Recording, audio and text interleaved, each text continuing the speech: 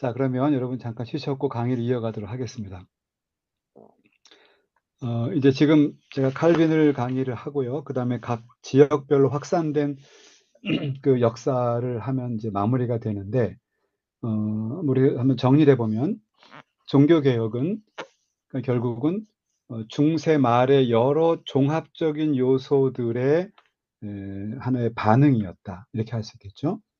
사회 경제적으로는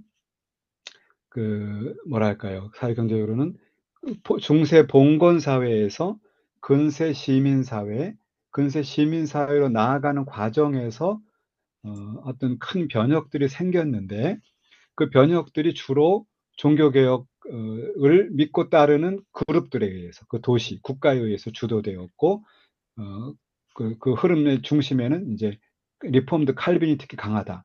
왜 그런가? 그들은 도시를 중심으로 살아가는 사람들에게 큰 영향을 줬기 때문에 그러면 카톨릭이나 루터파는 주로 어, 영지, 우리로 말하면 대토지 소유한 옛날의 양반들 같은 경우죠. 그 양반들은 이런 사람들은 땅을 갖고 있는 전통적인 귀족들이 카톨릭이든 루터파든 그들이 중심이 되어 있었어요. 영주들이. 영국의 성공에는 국왕이 종교개혁을 끌어간 겁니다. 그러면 남아있는 것은 리폼드 개혁파들인데 이들은 주로 도시에 모여든 사람들, 비교적 새로운 숨을 쉬고 있고 뭔가 자유로운 공기를 갖고 있었고 중세 이건 아닌데 뭔가 새로운 변화가 필요하다고 느끼는 다수의 사람들, 그들이 주로 리폼드에 많이 이렇게 흡입이 되었다. 이게 흐름인데요. 왜 그런가? 그것은 우리가 이제 앞으로 요 칼빈의 신학과 그 흐름을 이해하시면 여러분 이해가 가능할 것으로 봅니다. 자, 칼빈을 말할 때 저는 이제 개인적으로 제가 화란의 캄펜신학교에서 석사 박사를 공부할 때 그때 제가 전공했던 것이 칼빈과 어거스틴입니다. 그래서 그중 특별히 이제 칼빈이 저의 전공 영역인데 칼빈의 신학을 공부하면 할수록 제게 느껴지는 것은 이건 종합이다. 예를 들면 우리가 배웠던 루터와 튜빙글리는 굉장히 훌륭한 선구자들이에요. 이런 거와 같죠.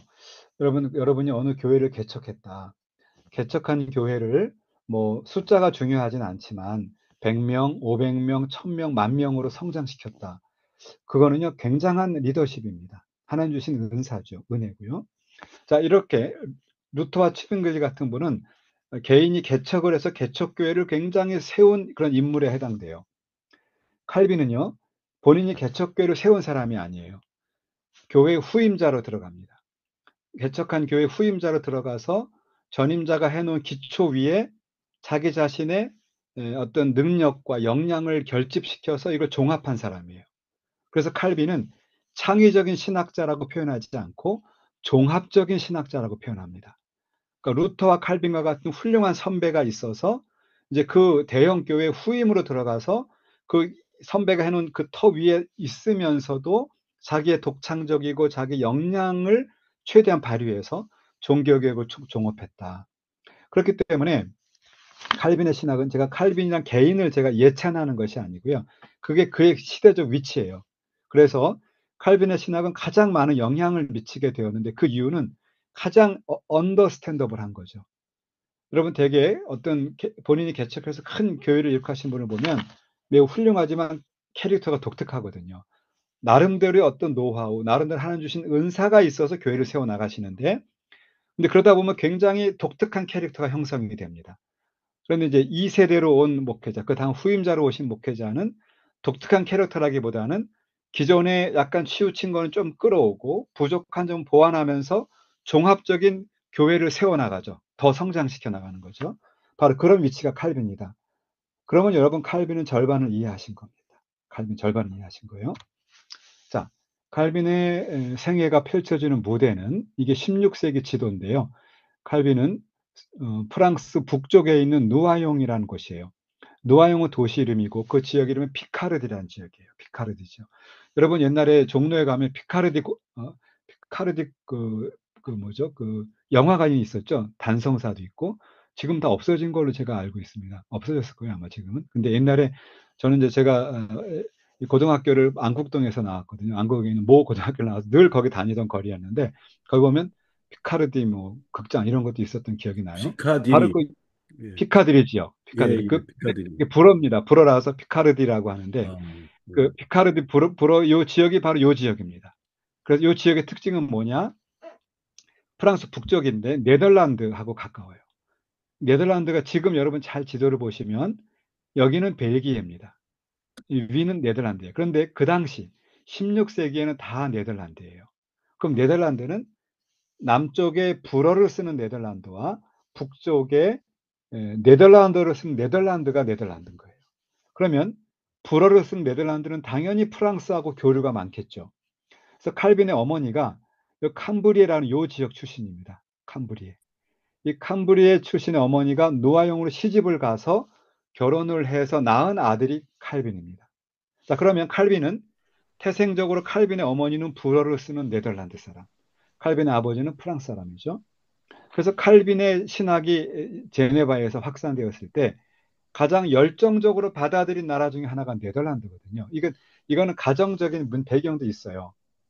그럼 예를 들어서 미국 분하고 미국 아버지하고 한국 어머니가 결혼했다. 그 아들이 태어납니다. 그러면은 우리 한국 사람들은 굉장히 친근하지 않겠어요? 우리 한국 분의 어머니가 한국 분인 아들이다. 그러면 굉장히 친근함이 있거든요. 그래서 네덜란드 사람들은 사실은 이건 그 역사 이면에 있는 가족학적인 건데요. 어, 굉장히 영향이 많았던 거예요. 그래서 칼빈이 네덜란드 사람들에게 편지를 보낼 때 뭐라고 편지를 보냈냐면 나 또한 네덜란드 사람 아닙니까? 이렇게 표현해요. 이거는 굉장히 정서적으로 친근감을 표현한 것이죠. 자, 그런데 노아형에서 태어나서 자라다가 5살의 어머니가 세상을 떠납니다. 생각해 보세요. 5살에 세상을 떠났다. 아버님은 재혼한 것으로 되어 있는데 칼빈의 기록에 어머니란 단어는 나오지 않아요. 그래서 아마도 칼빈은 어머니에 대한 큰 공간, 빈 공간이 있었을 것이다라고 추측합니다. 그런데 그 칼빈이 어머니 없이 자란 그 빈 공간, 공허함을 칼빈은 그의 선배들에게 채웁니다. 칼빈이 종교개혁 제네바에서 할 때 가장 큰 도움을 준 사람은 스트라스부르크에 있었던 마틴 부처라는 종교개혁자예요. 좀 이따 나옵니다. 그래서 이 마틴 부처와 관계 속에서 칼빈은 어머니의 빈 자리를 채우지 않았을까 이렇게 예, 그렇게 생각을 합니다. 그만큼 칼빈은 친어머니는 일찍 세상을 떠났지만 그에게는 어머니와 같은 여러 동력자, 선배 그런 그, 그 어떤 공동체가 그 빈자리를 채워주었다 이렇게 보시면 됩니다. 노아용, 이게 이제 노용이란 말은 노용이라고 표현할 때는 이게 영어식 표현인데요. 이걸 이제 불어식으로 표현하면 누아용입니다. 누아용에서 태어나서 그는 파리로 유학을 가요. 파리 유학을 갔다가 이제 그는 더 법을 공부하러 가요. 역시 아까 루터와 마찬가지로 비슷한데요. 똑똑한 아들이 있으면 너 법을 공부해서 좀 뭔가 세상에 좀 그 명예와 부를 쌓아라. 이게 부모의 마음인가 봐요. 저는 그렇지 않은데요.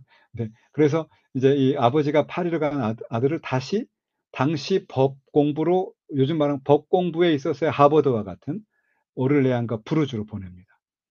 여기서 법을 공부했어요. 법 공부로 최고의 공부를 마친 사람이에요. 최고의 법률가입니다. 그런데 이제 아버지가 세상을 떠나요.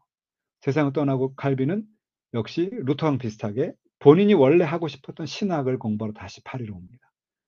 그리고 칼빈이 근데 재밌는 것은 칼빈이 요 오를레안과 부르주에서 법을 공부할 때 이때 이 법을 공부하는 가르치는 교수 전 유럽에서 최고 교수진들을 영입을 했는데 그중에 독일 지역에서 왔던 최고의 법학자 중에 루터의 신학을 받아들이고 종교개혁으로 받아들인 사람들이 있었어요. 종교개혁을 받아들인 사람들이. 그래서 그들에 의해서 칼빈은 자연스럽게 이 오를레안과 부르주에서 칼빈은 종교개혁 신앙을 그들의 대학 교수들을 통해서 받아들이죠. 여기서 저는 그런 말씀을 드립니다. 우리가 인생을 살아갈 때, 또 교회를 개척해 나갈 때, 우리 인간이 많은 플랜을 짜죠. 저 같은 타입도 계획을 많이 짜는 T타입에서 속해요. 계획을 짜는 사람. 그런데 그렇게 하는데 결국 따지고 보면 내 계획대로 된 것이 없는 게 더 많을 때가 있죠. 하나님은 다른 길을 열어 가신다는 거죠. 그래서 칼빈이 법학을 공부하고 싶어 한 게 아니거든요. 아버지의 강력한 그런 제언, 말이 제언이지 압력이죠. 압력 때문에 법학을 공부했는데요. 나중에 칼빈이 제네바에서 종교개혁을 할 때 이것이 큰 도움이 됩니다. 아까 제가 리폼드는 율법이 있고 복음이 있고 복음을 가진 자들이 어떻게 살까 매뉴얼을 가질 때 우리가 율법이 있다. 율법도 법 아닙니까? 로. 그러니까 칼빈은 이 크리스찬의 매뉴얼을 설명할 때, 매뉴얼을 작성할 때 당대 최고로 훈련된 법률가였던 거죠. 리폼드 신학을 설명하기에 가장 준비된 최고 석학이었던 거죠. 그건 칼빈이 원해서 내가 제네바에서 내가 이제 종교개혁 신학을 잘 정리하고 종합해야 되니까 나 법을 공부하고 하겠다. No. 칼빈은 한 번도 스스로 법을 원한 적이 없었어요. 오히려 그는 신학적 관심이 많았어요. 그러나 하나님은 결국 그가 최고의 종교개혁 신학을 종합할 수 있도록 마치 요셉이 내가 총리가 되기 위해서 여러분 형님에게 팔려갔고 총리가 되기 위해서 일부러 내가 보디발의 아내에게 그렇게 정직하게 말한 게 아니잖아요. 그는 순간순간 최선을 다했을 뿐이에요. 그런데 나중에 보니까 이 퍼즐이 맞춰지는 거예요. 조각이 맞춰지면서 하나님의 섭리가 있었구나 이렇게 보는 거 아닙니까? 칼빈의 하나님의 섭리의 신학은 그의 인생 자체가 보여줍니다. 그걸 여기서 느끼게 돼요. 자, 그리고 이제 다시 파리로 돌아왔다가 그리고 이제 기독교 강의 초판을 쓰고 최고의 석학으로 인정을 받았는데 칼빈은 이 스트라스부르로 가고 싶었어요. 왜냐하면 이 스트라스부르는 종교개혁이 일찍 되어서 많은 박해받는 사람들을 보호해주는 곳이었던 것이에요. 그러니까 쉘터와 같은 곳이죠. 그 당시 이 무시무시한 카톨릭의 통치하에서 몇몇 도시들이, 이 도시가 중요하다고 그랬죠. 이 스트라스부르라는 도시는 종교개혁자들의 숨이 쉬어지는 자유가 있는 도시였어요. 칼빈도 이 도시를 가고 싶었던 겁니다. 그런데 이 알사스 로렌 지역이 당시 독일과 프랑스 모두가 자기 영토라고 주장하는 곳이에요. 여러분 그 알퐁스 도데의 마지막 수업이라는 단편 소설을 여러분이 옛날에 배운 기억이 있습니까? 선생님이 어느 날 막 칠판에 글씨를 쓰고 마지막 수업을 하고 땡땡 종이 치면 더 이상 그 나라의 언어로 가르칠 수 없었다. 이런 이야기 아닙니까? 그것이 알사스 로렌 지역이에요. 원래 이 독자적인 지역인데 프랑스가 지배하고 나치가 올 때는 또 독일이 지배하고 나폴레옹 때는 또 프랑스가 지배하고 이런 곳이에요. 그런데 어쨌든 이런 그 전쟁이 늘 있는 곳이었기 때문에 이곳을 바로 가지 못하고 이렇게 돌아서 제네바를 통해서 스트라스부르를 가고 싶었던 겁니다. 그런데 이 전쟁터를 피해서 쭉 돌아가던 이 중에 제네바에서 뜻하지 않은 사건을 만납니다. 당시 제네바는 1536년에 막 종교개혁이 일어난 곳이었어요. 그런데 그곳의 종교개혁을 주도하던 사람이 파렐이라고 하는 아주 그 훌륭한 선배가 있었습니다. 근데 그가 제네바를 종교개혁하기에 너무 버거워요. 이제 막 36년에 종교개혁이 일어났고 그리고 이 도시가 중요하죠. 이 제네바라는 도시가 언제 또다시 카톨릭으로 넘어갈지. 당시 카톨릭은 기득권자, 주류니까요. 아니면 이 신앙의 자유와 종교개혁을 지킬 것인지 한치 앞을 예측할 수 없는데 이것을 자기가 통치하기엔 버거우니 자기가 목회하기엔 버거우니 아주 똑똑한 후배가 필요하다. 그런데 칼빈이 이미 기독교 강의 초판이 나와서 훌륭한 똑똑한 그 종교개혁자라는 걸 전 유럽에 알려지게 되었는데 바로 그 칼빈이 지금 제네바에 있다는 거예요. 스트라스부르 가기 위해서 여기 와 있다. 그가 있는 호텔로 찾아갑니다. 찾아가서 칼빈에게 말해요. 칼빈, 나는 이 종교개혁을 주도하는 파레라고 하는 사람인데 당신과도 같이 훌륭하고 똑똑하고 신실한 사람이 이 제네바를 종교개혁을 일으켜줘야 합니다. 제네바는 언제 이 도시가 다시 카톨릭으로 넘어갈지 모르겠습니다. 도와주시오 라고 말해요. 칼빈은 한마디로 no thank you 합니다. no thank you. 죄송합니다. 저는요 원래 목적지가 여기가 아니고요. 스트라스부르로 가려고 하는데 가다가 보니 전쟁터 때문에 일로 돌아가는 겁니다. 저는 당장 떠나야 됩니다. 그리고 저는요 목회하고 맞는 성격이 아니에요. 저는 그냥 책을 쓰고 학자적인 그 교수의 삶을 사는 것이 맞지 저는 이 목회하고는 저는 DNA가 맞지 않아요. 이렇게 사양을 합니다.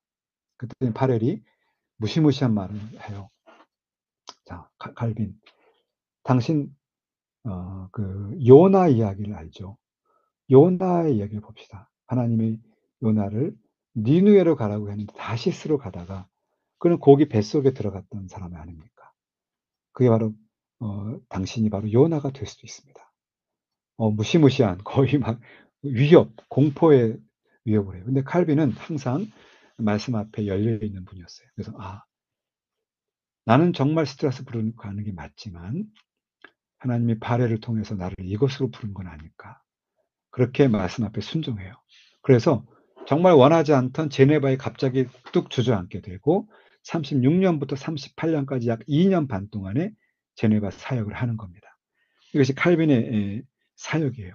그런데 이렇게 사역을 하는데 제네바 시의회와 칼빈 간의 마찰이 생깁니다. 제네바는요, 이 도시는 이 도시의 시의회가 종교개혁을 한 거예요. 그러니까 시의회가 종교개혁을 주도하고 그리고 훌륭한 목회자를 청빙한 거거든요. 더구나 칼빈은 프랑스 사람이에요. 스위스 사람이 아닙니다.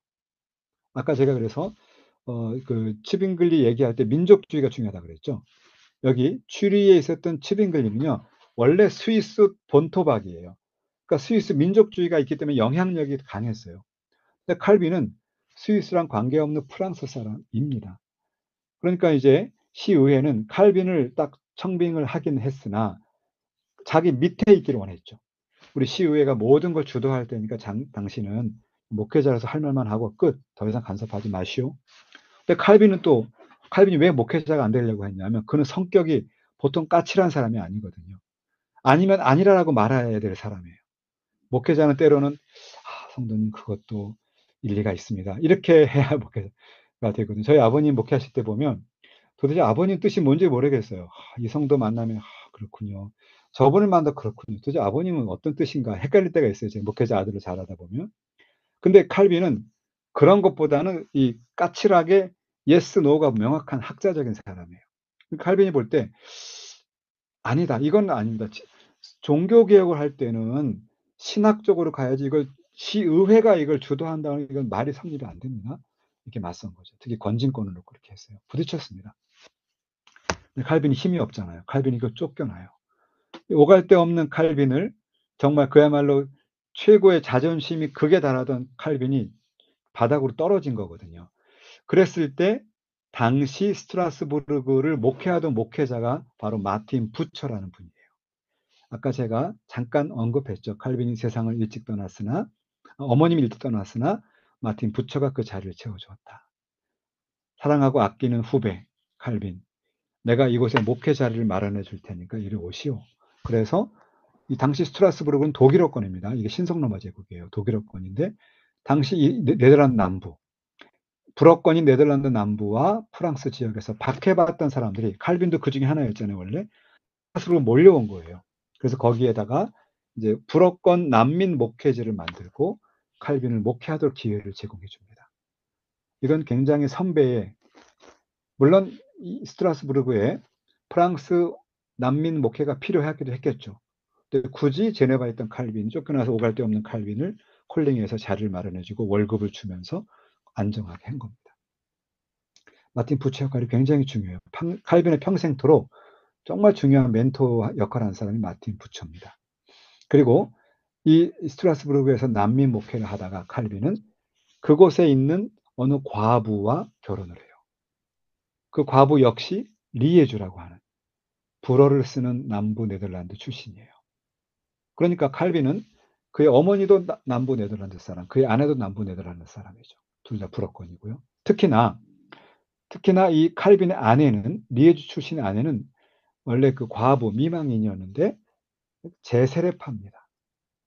여러분, 만약 칼빈이 제세례파를 혐오했다면 아무리 그 자기 성도지만 제세례파 출신의 성도를 아내로 맞는 것은 쉽지 않았을 겁니다. 여러분이 만약에 정말 통일교 출신입니다. 통일교 출신을 목회자가 아내로 맞는다는 것은 이거 보통 쉬운 일이 아니죠. 통일교를 우리가 생각하는 시각이 있잖아요. 이단이고 잘못됐고 막 기독교를 막 오염시킨 아주 그런 좀 죄악과 같은 그런 조직이 아닙니까? 근데 통일교 출신을 아내로 맞는다는 건요. 이건 굉장한 통일교에 대한 적대감이 없다는 걸 뜻하는 거잖아요. 그러니까 이건 이제 비를 든 겁니다. 그러니까 칼빈은 제세례파에 대해서 열려 있었어요. 제사례파에 열려 있었기 때문에 제사례가 주신 아내를 맞아들이게 되고요. 그 원래 칼빈의 아내가 원래 데리고 있었던 그런 칼빈의 아내가 낳았던 자녀들이 있어요. 근데 칼빈은 그 자녀를 끝까지 돌보았고 칼빈 자신이 그 아내와 결혼을 해서 낳은 자식이 있었는데 금방 세상을 떠납니다. 그러니까 유아 사망, 어릴 때 세상을 떠나서 칼빈의 몸으로 낳은 자식은 단 한 명도 존재하지 않아요. 그런데 당시 칼빈을 공격하던 이 정치적인 적들이, 여러분 교회 안에도 교회 정치가 있지 않습니까? 여러분 교회 정치가 때론 너무 무섭습니다. 세상 정치가 더 무서워서 사람을 완전히 파멸로 넣기도 하거든요. 안타까운 일이지만. 근데 칼빈을 공격하는 칼빈의 반대파에 있던 교회 정치 반대파들이 뭐라고 공격하냐 하면, 칼빈, 당신은 자식이 하나도 없지 않습니까? 자식이 하나도 없는 그런 목회자다 보니 그렇게 정말 목회를 잘 못하고 있습니다라고 칼빈의 아픈 데를 콕 찔러요. 칼빈에게 아픈 상처거든요. 자식이 없는 게 아니라 낳았지만 어릴 때 세상을 떠난 거거든요. 참 아주 사람이 독하죠. 근데 그런 이야기를 들었을 때 칼빈의 반응이 더 흥미롭습니다. 칼빈이 이렇게 설명합니다. 맞습니다. 저는 현재 제 자식이 없습니다. 그러나 전 유럽을 보시면 저와 마음을 같이 하고 제가 가르쳐서 제가 영적으로 나온 영적인 자녀들이 전 유럽에 있습니다. 이렇게 응수를 해요.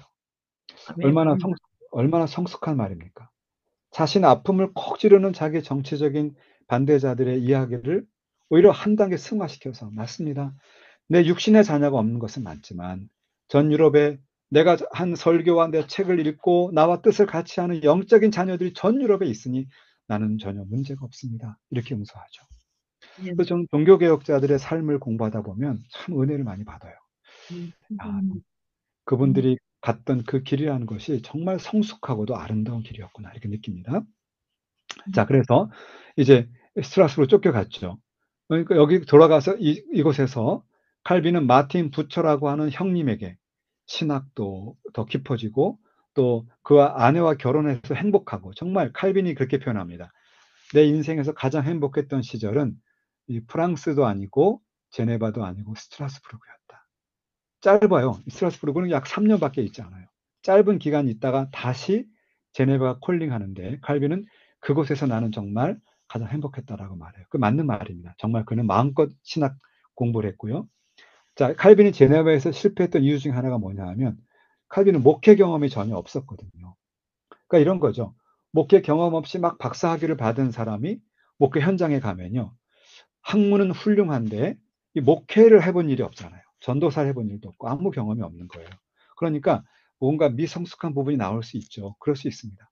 그래서 칼빈이 이제 제네바로 스트라스부르크로 쫓겨가게 되었는데 여기서 칼빈은 이제 제대로 목회를 하는 거죠. 프랑스 난민 목회를 하고 그 형님 마틴 부처로부터 배우고 하면서 목회가 굉장히 깊어집니다. 그래서 이제 아멘. 칼빈이 목회자로 성숙하게 된 거예요. 그런데 이 스트라스부르크가 특히 칼빈이 배웠던 것 중에 하나 뭐냐 하면 교회 제도를 배웁니다. 이제 목회를 알게 된 거니까 여기서 칼빈이 장로 제도, 집사 제도라고 하는 제도를 배우는, 이것은 나중에 제가 뒤에 설명도 드릴 겁니다. 그리고 예배와 교회 음악을 배웁니다. 그리고 잘 목회하고 있었는데 제네바가 회심을 해요. 그렇게 칼빈을 쫓아냈던 제네바 시의회가 어느 날 갑자기 시의회 주도권을 잡는 그룹이 바뀌어요. 칼빈을 쫓아냈던 그룹이 아니라 이제 칼빈을 이제 좋게 봤던 그룹이 정권을 잡아요. 그러니 칼빈에게 다시 콜링을 합니다. 칼빈, I'm sorry. 아, 미안합니다. 원래 그도는 그것이 아니었는데 이 제네바를 이끌어갈 목회자 그리고 신학적 지도자는 당신밖에 없으니 제발 다시 돌아와 주십시오. 재콜링을 합니다. 근데 칼빈은 굉장히, 제가 아까 까칠한 면이 있다 그랬죠. 성격이 학자하다 보니까 이렇게 때로는 아주 좀 자기 주관이 명확한 그런 분이에요. 근데 그러다 보니까 칼빈은 단칼에 노 땡큐 또 합니다. 아, 무슨 소리 합니까? 나를 그렇게 정말 수치스럽게 쫓아낼 때는 언제고, 이제 와서 내가 이제 스트라스부르크에 정착도 했고요. 너무너무 행복하고 마음대로 책 쓸 수 있고 여긴 자유롭고 여긴 나를 공격하는 적도 없고 더군다나 사랑하는 아내와 결혼해서 잘 살고 있는데 아내랑 이곳에 정착했는데 또다시 제네바로 가라고요? 아, 노 땡큐 나 못 갑니다. 이렇게 해요. 근데 또다시 칼빈의 선배인 마틴 부처나 파렐 같은 선배들이 또다시 그를 권면합니다. 사랑하는 후배 칼빈, 당신의 마음은 충분히 이해합니다. 그러나 우리가 또 요나가 나와요. 요나처럼 살 수는 없지 않습니까? 고깃배에 들어가시겠습니까? 하나님 나라를 위해서 자존심 다 내려놓고 가야 되지 않겠습니까? 이렇게 말해요. 그때 칼빈은 말씀 앞에는 순전한 어린아이 같거든요. 마틴 루터처럼 말이죠. 그래서 칼빈이 그 말을 듣고 기도하던 중에 결단합니다. 그때 했던 말이 그거예요. 내가 나를 죽여 내 심장을 드린다 할지라도 내 심장을 바치며 갑니다. 이게 유명한 말입니다. 내 심장을 바치며 즉각적으로 순종하겠습니다. 여러분, 미국의 그랜 레피지에 있는 칼빈 유니버시티하고 칼빈 세미나리가 있죠. 그 칼빈 세미나리와 칼빈 유니버시티의 로고를 보면 칼빈 얼굴이 있고요. 여기 이렇게 손을 내밀고 있고 여기 하트 모양이 있어요. 그게 바로 이 시점에 나온 이야기입니다. 하트, 심장. 내 심장을 드립니다. 내 심장을 드리면서 나는 정말 내 의지로는 가고 싶지 않고 이 스트라스부가 너무너무 좋고 행복하지만 하나님이 원하신다면 나를 쳐서 십자가에 못 박고 내 심장을 드리면서 가겠습니다. 여러분, 이것이 종교개혁을 이끌었던 사역자들의 마음이에요. 오늘날 우리는 어떻습니까? 벌써 이런저런 조건을 따져보고 또 이런저런 상황을 물론 상황을 안 보라는 얘기는 아니에요. 중요합니다. 근데 중요한 것은 우선순위의 문제죠. 하나님 말씀이 우선순위가 아니라 내가 계산한 여러 가지 플랜, 내가 짜놓은 여러 가지 그 계획들, 그런 환경을 다 보고 나서 그 다음에 거기에다 하나님 뜻이라고 갖다 덮죠. 하나님 뜻이니까 이렇게 하겠습니다. 다 뚜껑을 열어보니까 내 뜻이었어요. 내 욕망이고 내 의지였어요.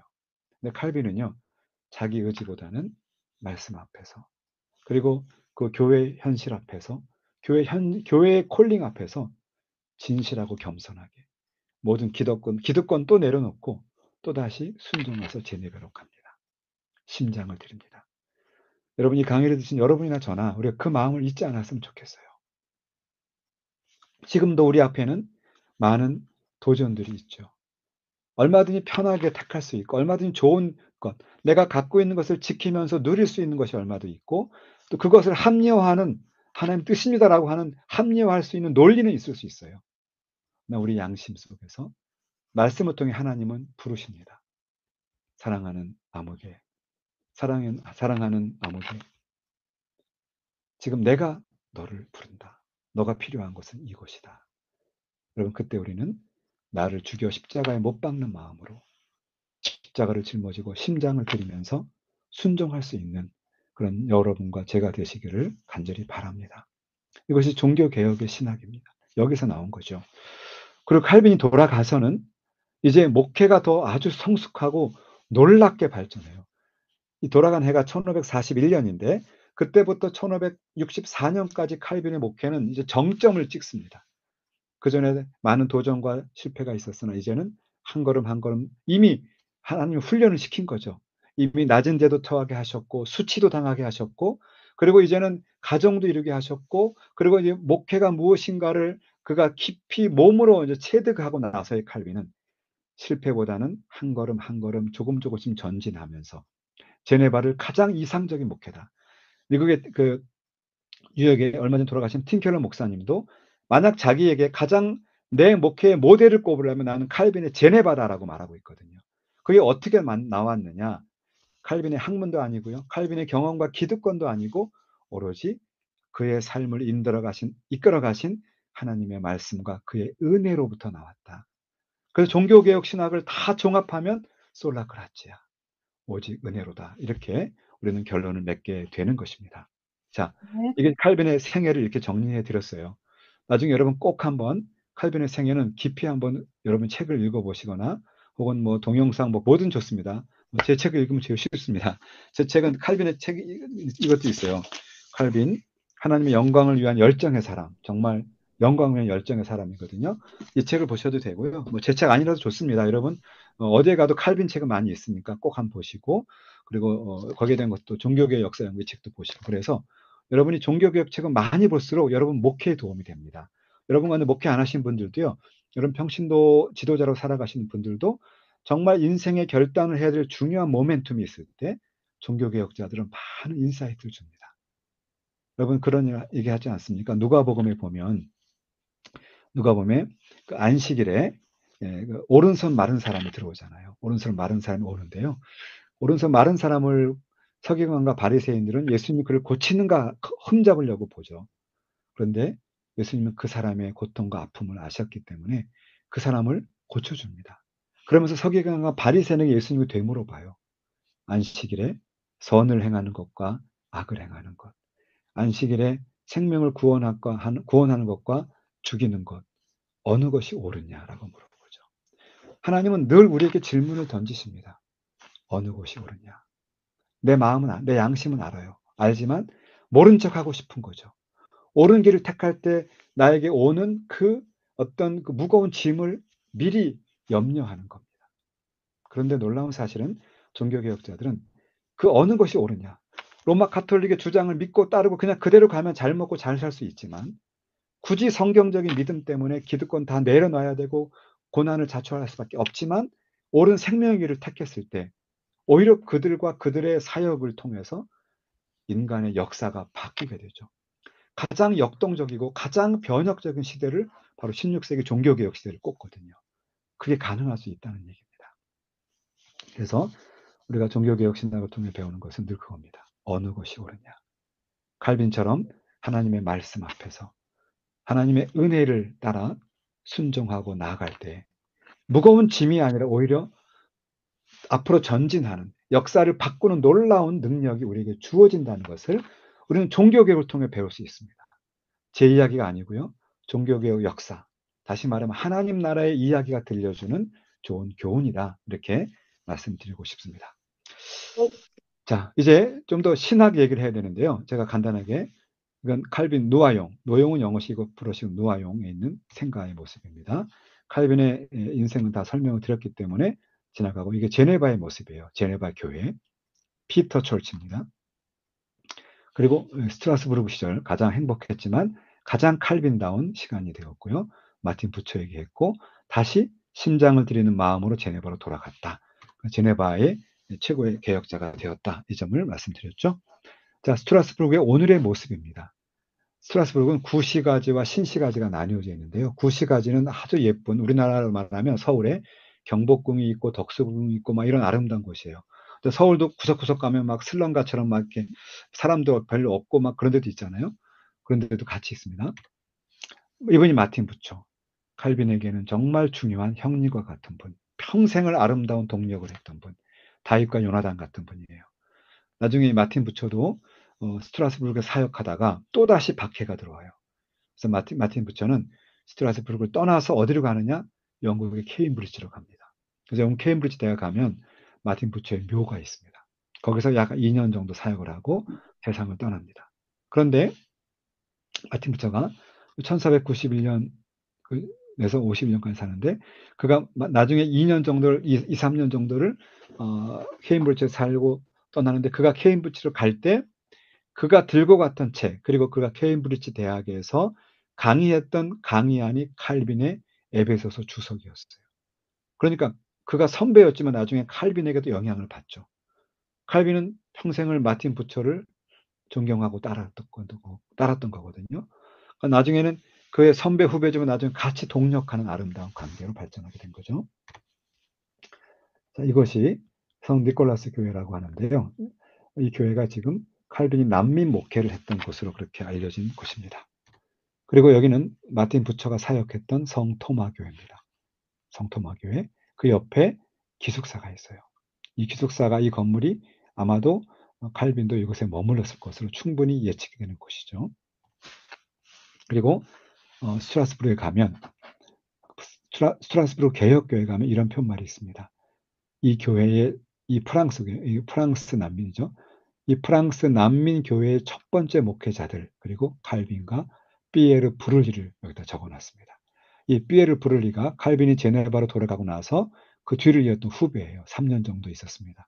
나중에 그는 다시 칼빈의 부름을 받아서 제네바에 있다가 그의 고향인 남부 네덜란드로 선교사로 파송이 됩니다.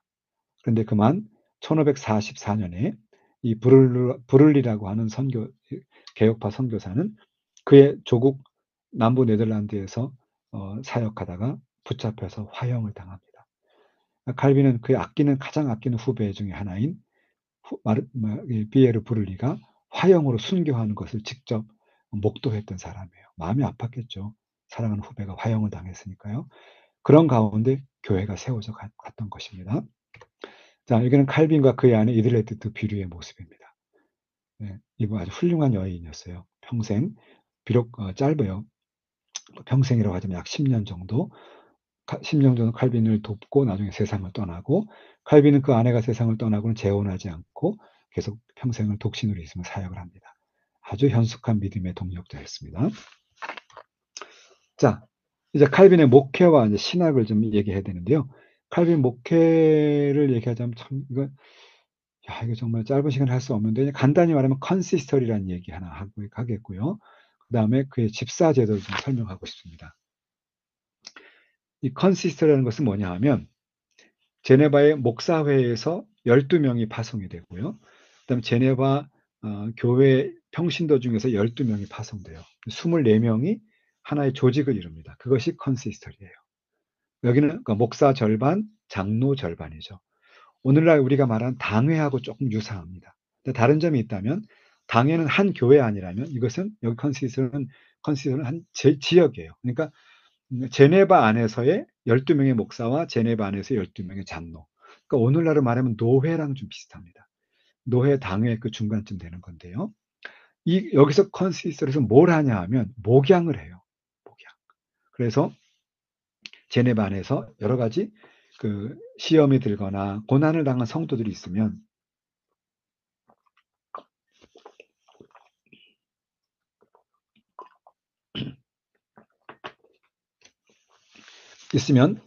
그들을 돌보는 목회를 어디서 하느냐? 일종의 팀 목회예요. 컨시스터리에서 팀 목회를 합니다. 그런데 이 목양을 했던 그 컨텐츠, 내용이 기록이 남아 있는데요. 그 기록을 제가 분석해 봤습니다. 어느 논문에도 실어드렸고 여기 나오는 칼빈이라는 책에도 있는데요. 여기를 보시면 거기에 특별히 가정사역의 60%에서 70%, 칼빈의 이 컨시스터리 목회 중에서 60%에서 70% 정도가 가정사역이에요. 오늘날도 가정이 중요하다는 거죠. 오늘날도 보면 심지어 목회자들의 가정도, 선교사들의 가정도 많은 어려움과 정말 문제 중에 있는 걸 많이 경험합니다. 그만큼 가정이 중요한 건데 그만큼 어렵다는 거죠. 교회 안에서도 그렇습니다. 그럴 때 과연 이 가정을 어떻게 성경적으로 잘 회복할 수 있느냐. 그 목양의 그 하나의 중요한 내용이 많이 이루어졌다는 것입니다. 또 하나는 뭐냐 하면 사회복지라는 내용인데요. 이건 제가 사회복지라고 표현을 했지만 이거는 일종의 그 당시 사회랑 관계돼요. 자, 그 당시는 많은 난민들이 있었다 그랬죠. 그래서 당시 제네바에 온 사람들을 보면 남부 네덜란드와 프랑스 같은 언어 불어권이니까 남부 네덜란드와 프랑스에서 그리고 심지어 동유럽이라든지 영국, 스코틀랜드, 북이탈리아 전 유럽에서 박해받던 사람이 다 몰려들었어요. 그러니까 이 제네바는 원래 스위스 본토박이가 절반 그리고 이민자가 절반 이런 도시예요. 그러니까 약간 도시가 매우 복잡했던 곳이기도 합니다. 여러분 난민으로 왔던 사람들이 누굴까요? 그들은 훌륭한 신앙을 가진 사람들이지만 그러나 오늘처럼 은행업도 없고요. 그러니까 그냥 딸랑 보따리짐 하나 배낭 메고 그냥 국경을 넘어서 온 사람들이에요. 매우 가난하죠. 있는 곳에서는 잘 살았겠지만 난민이 되니까 가난해진 거죠. 그리고 병들어 있고. 그러니까 이들에게 목양이 필요하죠. 그러니까 이때 제네바에서는 이 가난하고 병든 사람을 도와주기 위한 제도가 생겨요. 이게 제너럴 하스피털을 하고 프렌치 파운데이션이라고 하는데요. 이 두 개의 기관이 있어요. 그런데 이 기관을 움직일 만한 인력이 필요하잖아요. 칼빈은 그것을 집사 제도를 통해서 이렇게 충원을 해줍니다. 여러분 사도행전 6장에 보면 헬라파 유대인 과부들이 또 히브리파 유대인 과부들 그들이 이제 그 구제를 하다가 서로 분열이 생기잖아요. 그러니까 사도는 말씀과 기도에 전념하겠다. 그럼 이 구제를 누가 하느냐? 집사 제도를 세우자. 그래서 7 집사가 나온 것이 구제 사역과 관계되는 거거든요. 그 성경대로 하겠다는 거예요. 칼빈은 오케이 성경대로 하자. 그래서 그러면 제네바 난민과 제네바에 있는 가난하고 병든 사람을 돕는 목회를 어떻게 할 거냐? 집사제도를 세워서 하자. 그래서 겉으로는 사회복지 목회라고 했지만 결국 집사제도의 활성화입니다. 성경적인 대로. 그래서 이것이 오늘날도 많은 인사이트를 준다. 이렇게 설명할 수가 있겠습니다. 자, 그러면 이제 이것이 칼빈의 제네바 칼빈의 사택이 여기 있어요. 여기 나와서 보면 요 앞에 베드로 교회가 보이죠. 피터 처치가. 여기서 칼빈이 평생을 목회를 했던 곳입니다. 이것은 칼빈이 앉았던 의자입니다. 이 의자에 앉아서 칼빈은 있다가 설교로 올라갔어요. 근데 나중에는 하도 몸이 약해서 칼빈은 64년에 세상을 떠나는데 떠날 때까지 나중에 서서 설교할 수가 없었답니다. 그래서 사람들이 의자를 들어다가 단에다 놓고 그러니까 칼빈이 앉아있는 채로 의자에 앉아있는 칼빈을 그대로 데려다 놓고 거기서 이제 그 설교를 하기도 하고 그랬다고 합니다. 제네바 아카데미입니다. 제네바 아카데미에서 칼빈이 그 이제 많은 전 유럽을 목회할 목회자들과 평신도 지도자들을 양성했던 곳이고요. 나중에 칼빈은 64년에 임종합니다. 바짝 마르고 지친 칼빈이 많은 장로들과 또 시의회 지도자들 앞에서 목회해요. 그때 칼빈이 했던 말 중에 이런 말이 있습니다. 나는 여러분에게 너무 엄격한 사람이었습니다. 칼빈이 정말 엄격했거든요. 틀리면 권징도 하고 막 그랬어요. 나는 엄격했습니다. 그러나 나는 내가 하나님 나라를 위해서 한 것이니 여러분이 미워서 한 것은 아니니 나를 용서해 주십시오. 라고 용서를 구합니다. 얼마나 훌륭한 목회자입니까? 사실 모든 목회자들 목회할 때 자기가 막 개인적으로 그렇게 한 건 없잖아요. 그럼에도 불구하고 칼빈은 굳이 자기를 용서해 달라고 아주 겸손한 모습을 보여줍니다. 나를 용서해 주십시오. 내가 하나님 나라를 위해서 한 것이지 여러분이 미워서 한 것은 아닙니다. 그 얘기를 듣고 있는 장로님들과 시의회 의원들은 눈물을 흘리고 있습니다. 그러면서 내가 여러분에게 가르쳤던 그것이 얼마나 중요한지 아시지 않습니까? 나는 죽더라도 그 복음의 진리, 신앙의 진리를 꼭 지켜주십시오. 변질되거나 이것이 오염되지 않고 그대로 지켜지도록 해주십시오.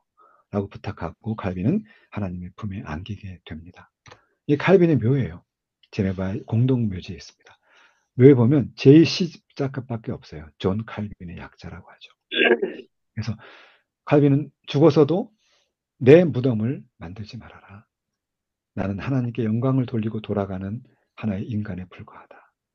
근데 제자들이 그래도 어떻게 그 목사님 선배와 훌륭한 목회자의 묘를 만들지 않겠어요. 그래서 간단하게 묘를 만들었어요. 제시라고. 그리고 나중에 그의 후배들이 미안해서 요 정도 만들어준 겁니다. 여러분 세계적인 그리고 인류 역사에서 가장 위대한 인물 중에 한 명의 묘치고 너무 평범하지 않습니까? 초라하죠. 이게 바로 우리 칼빈주의자들 혹은 우리 기독교인들의 자세이죠. 모든 영광은 하나님께. 나는 은혜로 일했던 사람에 불과하다. 하고 칼빈은 영원한 하나님 품에 안겼던 것을 볼 수 아멘. 있습니다. 아멘. 아멘. 우리가 답사할 때 찍었던 사진이 여기 있습니다. 제네바 공동묘지에 가시면 여러분 있습니다. 여러분 혹시 제네바에 갈 일 있으시면 꼭 한번 들려보세요. 아주 은혜롭습니다.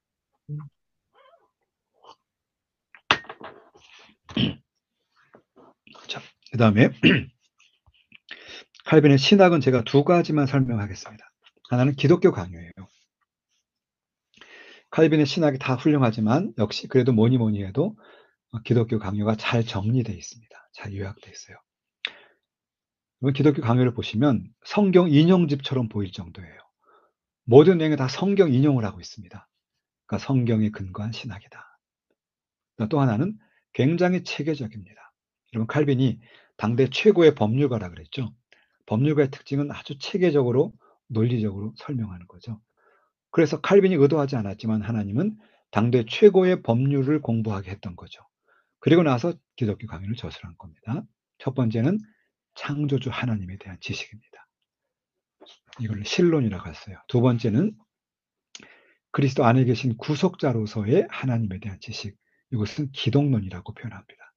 그리고 여러분 우리 총신에서도 신론 제1교과서가 칼빈의 기독교 강요의 1권입니다. 기독론 제1번 교과서가 기독교 강요 2권이에요. 지금도 신학교에서 그렇게 가르칩니다. 3권은 그리스도의 은혜를 받는 길인데 이건 성령입니다.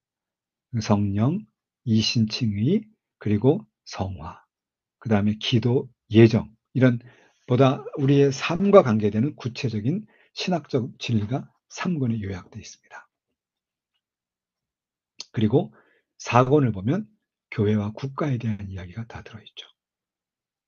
교회와 국가에 대한 설명이 4권에 들어있어요. 그래서 우리 기독교인이 알아야 할 모든 체계적인 지식이 한 권 안에 체계적으로 들어가 있어요. 여러분, 헌법이다. 그럼 뭡니까? 헌법은 대한민국 국민으로 살아야 할 모든 내용이 요약돼서 압축되는 것이 헌법 아니겠습니까? 그런 것처럼 바로 기독교 강요는 기독교인으로서 어떻게 이 땅을 살아가야 되는지를 설명하는 그런 모든 진리가 요약되어 있다. 이렇게 보시면 돼요. 이게 기독교 강요다. 설명할 수가 있겠습니다. 자, 그 다음에 두 번째 신학적인 내용은 하나님 나라 신학이에요. 칼빈은 하나님 나라 신학을 굉장히 중요하게 보았어요. 그런데 칼빈은 이렇게 말합니다. 하나님이 교회와 국가를 통치하신다. 그런데 교회와 국가를 통치하는데 이 모든 것은 하나님의 통치하에 있다. 국가의 영역도 교회의 영역도 하나님께 있어요. 더 나아가서요. 칼빈 더 나아가서 온 자연, 우주, 생태계까지. 그러니까 나라는 사람은 누구냐? 안인섭이라고 하는 사람은요. 교회에 속한 성도입니다. 동시에 국가에 속한 국민이죠. 동시에 이 자연 생태계에 속한 하나의 피조물이에요. 이것을 아주 종합적으로 칼빈은 하나님 나라의 신학으로 설명하고 있습니다. 그러니까 여러분들은 교회에 속한 성도라는 걸 기억하시고 열심히 교회 생활하시고 열심히 말씀을 선포하셔야 되는 거죠. 동시에 여러분 국가에 속한 국민으로서 세금을 내고 국가의 법을 지키고 질서를 따라야 되는 거죠. 동시에 우리는 자연의 하나님의 피조 세계에 속한 피조물로서 우리 한국의 경우는 쓰레기 분리수거도 잘해야 되고요. 또 우리가 막 플라스틱 쓰레기를 막 버리지 말아야 되고요. 그리고 가능한 한 우리가 쓰레기를 줄여야 되고요. 자연 생태계를 지켜야 하는 거죠. 왜? 모든 것이 하나님 나라의 시민으로서 우리의 삶이 주어지기 때문에. 그게 매뉴얼이에요. 제가 아까 말씀드렸지만 매뉴얼이 중요하다. 하나님은 예수를 믿어 구원받았는데 어떻게 살 거냐? 매뉴얼대로 살아야 된다. 그 말입니다. 아멘. 자, 그 다음에 또 하나는 뭐냐 하면 이 칼빈은 한 개인, 아까 루터와 치븐글리와 같은 한 개인 정도가 아니에요. 칼빈은. 그것이 아니라 더 나아가서 이제는 그의 신학의 전 영역에 영향을 미치게 되는 것입니다. 그래서 칼빈의 신학이 이제 일단 네덜란드로 많이 들어가요. 아까 말씀드렸죠. 칼빈의 아내도 불었건 네덜란드, 칼빈의 어머니도 불었건 네덜란드. 네덜란드에 가장 많이 들어가서 이렇게 말합니다. 암스테르담은 제2의 제네바다. 이렇게 부를 정도예요. 가장 많이 받아들였던 네덜란드가 있고요. 그리고 독일에도 루터파 경건주의자들은 칼빈이 사역을 했던 그 제네바하고 연결이 돼요. 경건주의자 슈페너가 제네바에 한번 방문했다가 물론 연도는 한참 후입니다. 1004번 칼빈보다 약 100년 후예요. 근데 칼빈의 영향력이 있는 그 제네바, 칼빈 개혁파 제네바에 왔다가 거기서 영향을 받아서 루터파 경건주의가 됩니다. 자, 이건 설명을 드리는 게 좋겠죠. 자, 루터는 원래 이신칭의를 강조했잖아요. 어떻게 의롭게 되는가. 그런데 루터파에게 문제가 생겼습니다. 의롭게 되었는데 어떻게 살지 삶에 대한 설명이 없어요. 그래서 나온 것이 루터파 경건주의예요. 이신칭의를 받았지만 경건하게 사는 게 중요하다. 그러다 보니 루터파 경건주의가 이거 칼빈이 말했던 거구나. 이신칭의와 성화. 그래서 연결이 되는 겁니다. 또 영국의 청교도도 마찬가지죠. 청교도 칼빈의 영향력이 크죠. 신학적으로. 그리고 건너갔던 미국의 청교도. 그리고 미국의 대봉운동의 신학에도 칼빈이 있습니다. 예를 들면 조나단 에드워즈 같은 경우도 전형적인 미국식 칼빈주의자라고 부릅니다. 그리고 대봉운동을 처음 일으켰던 프렐링 하이젠이라는 분도 화란의 개혁주의의 후예가 미국의 이민 갔던 사람이에요. 이 프렐링 하이젠 목사님에 의해서 개혁파 경건주의가 나오게 된 거거든요. 그러니까 전 세계적으로 네덜란드, 독일, 영국, 미국 모든 지역에서 정말 우리가 경건한 기독교인으로 살아야 된다라고 하는 사람들이 바라보는 모든 선생님은 제네바의 칼빈이죠. 그래서 칼빈은 전 세계에 그의 영적인 자녀들이 있다. 칼빈의 말대로 이루어진 것입니다. 아멘. 자, 그 다음에 이제 자, 이제 신학적인 얘기는 대충 다 끝났는데요. 지금 시간을 한번 분배해 보겠습니다. 벌써 8시 다 돼요. 지금 저희가 몇 시에 끝나는 것이죠? 저희 끝나는 시간이 아까 저희가 50분쯤에 시작을 했죠. 그러니까 제가 11시 50분에 한 거죠. 그죠? 맞나요? 저기 혹시 누구 예, 총장님이나 맞습니다. 행정 관계자분 제가 예, 11시 50분에 시작했나요? 55분에 했습니다. 예. 11시 55. 그러면 저희가 끝나는 시간이 언제인지 알려주십시오. 끝나는 시간. 네, 네, 네. 몇 분에 끝납니까? 지금 8시가 좀 넘어야 됩니다. 8시 아, 한 거기 그래요. 10분 예, 에리아로 이렇게. 그럼 여기 시간으로 하면 1시 10분이 되는 거죠. 그죠? 한국 시간으로. 네, 그렇게 맞습니까? 되겠네요. 예, 예. 네, 알겠습니다. 네. 한 10분. 그러면 저에겐 약 23분 정도인데 그 정도 동안에 남은 이제 그러니까 지금까지 신학적인 것과 종교개혁자들의 사상과 삶을 설명했고요. 이제 그것이 어떻게 확산됐는가 거기에 대해서 우리가 볼 텐데 나라로 말하면 우리가 독일, 영국, 프랑스, 네덜란드 네 나라에 어떻게 확산됐는가 그 역사를 볼 것인데요. 그 전에 하나의 징검다리 같은 것이 하나 있습니다. 그것이 바로 독일 지역이에요. 지금 음. 분명히 자 보세요. 독일 그러면 여러분 루터파가 강하지 않습니까? 그런데 독일 안에도 루터파 종교개혁과 더불어서 팔지의 개혁파 종교개혁이 시작이 되었고 이것이 전 유럽에 큰 역할을 해요. 그래서 나라로 말하면 우리는 프랑스, 영국, 그다음에 다시요. 그러니까 그 프랑스, 영국, 네덜란드 그리고 어디 나라가 없어 어디 갔죠? 다시요. 처음에 프랑스, 영국, 그다음 네덜란드, 그다음에 독일인가요? 역사가 진행되는데 그 가운데 팔찌를 제가 따로 구별해서 설명하려고 하는 것입니다. 팔찌 봅시다 한번. 여러분이 좀 어려울 수 있는데요. 제가 이걸 굳이 하는 이유는 여러분 다 이해 못해도 좋습니다. 지금은 나중에 여러분이 동영상을 다시 보시거나 혹은 여러분들이 어떤 그런 책을 통해서 좀 천천히 복습을 하시면 좋겠고요. 이 팔찌라는 지역은 여기에 있습니다. 상팔찌와 하팔찌로 나누어지는데 이건 신성로마 제국 안에 있는 지역인데 이 팔찌 지역이 독일인데도 개혁파로 개정을 하게 돼요. 개혁파로. 그래서 개혁파로 개정되어서 특히 박해받던 네덜란드 사람 그리고 박해받던 프랑스나 이쪽 지역 사람들이 많이 이곳에 난민으로 왔습니다. 거기서 보호를 받아요. 그래서 심지어 이 네덜란드 종교 개혁이 나올 수 있었던 하나의 인큐베이터 역할을 했다. 그것을 팔츠 지역이라고 표현합니다. 인큐베이터 역할을 했다. 그러니까 굉장히 의미 있는 역할을 했다는 걸 설명을 드리고요. 그러니까 여러분 종교 개혁이 그냥 이루어진 것이 아니에요. 종교 개혁이 이루어지기 위해서는요. 예를 들면 네덜란드 종교 개혁이 일어났다. 그러면 네덜란드 종교 개혁이 이루어지기 위해서 중간에 마치 그 보호하는 그 유모 역할을 하는 그런 팔츠가 종교 개혁이 먼저 있었던 거예요. 그래서 받던 분이 여기에 넘어가서 여기에서 신앙의 자유를 누리면서 몸을 추스리고 교회가 좀 더 알차게 성숙하게 되어서 네덜란드로 돌아가서 이 종교 개혁을 성공시키게 되는 겁니다. 그러니까 이런 유머 같은 역할이 반드시 필요하다. 그 점을 설명드리고 싶어서 팔찌 얘기를 드렸고요. 이 팔찌에는 선제후 프레드릭 3세라는 분이 있습니다. 이분이 하이델베르그 대학을 중심으로 종교개혁을 했고 그래서 우리 개혁파 종교개혁 가운데는 하이델베르그 신앙 고백서라는 것이 중요한 의미가 있습니다. 개혁파에서는 그렇습니다. 하이델베르그의 모습입니다. 자, 그러면 먼저 독일 지역의 종교개혁의 확산을 보죠. 지금 우리가 말씀드렸던 팔찌는 특별히 독일 가운데도 개혁파의 발전이고요.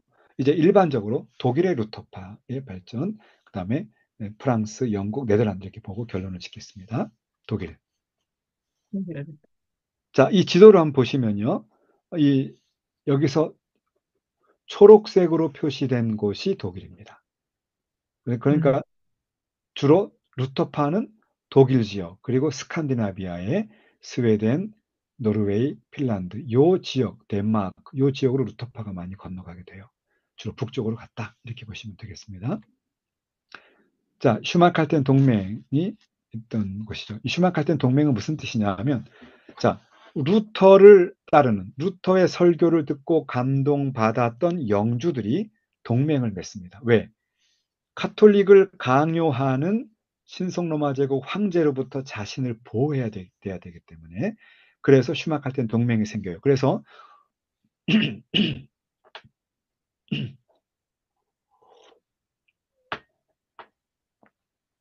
루터파 종교 개혁이 본격적으로 가시화된 것을 이 31년으로 본 것이 일반적입니다. 슈마칼텐 동맹.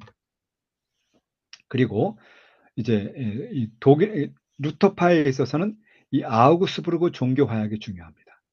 결국 루터파 영주들과 황제파 영주들이 서로 전쟁까지 하거든요. 두 번이나 걸쳐서. 그러다 결국은 55년에 대해서 종교 개혁을 최초로 인정하는 역사적 사건이 벌어집니다. 누구에게? 루터파에게. 그래서 오직 루터파만 55년에, 그것도 영주, 그 지역의 영주가 루터파를 인정하면 인정받는, 매우 간접적이긴 하지만 어쨌든 오피셜하게 처음으로 종교개혁이 인정받은 것이에요. 그런 의미가 있습니다.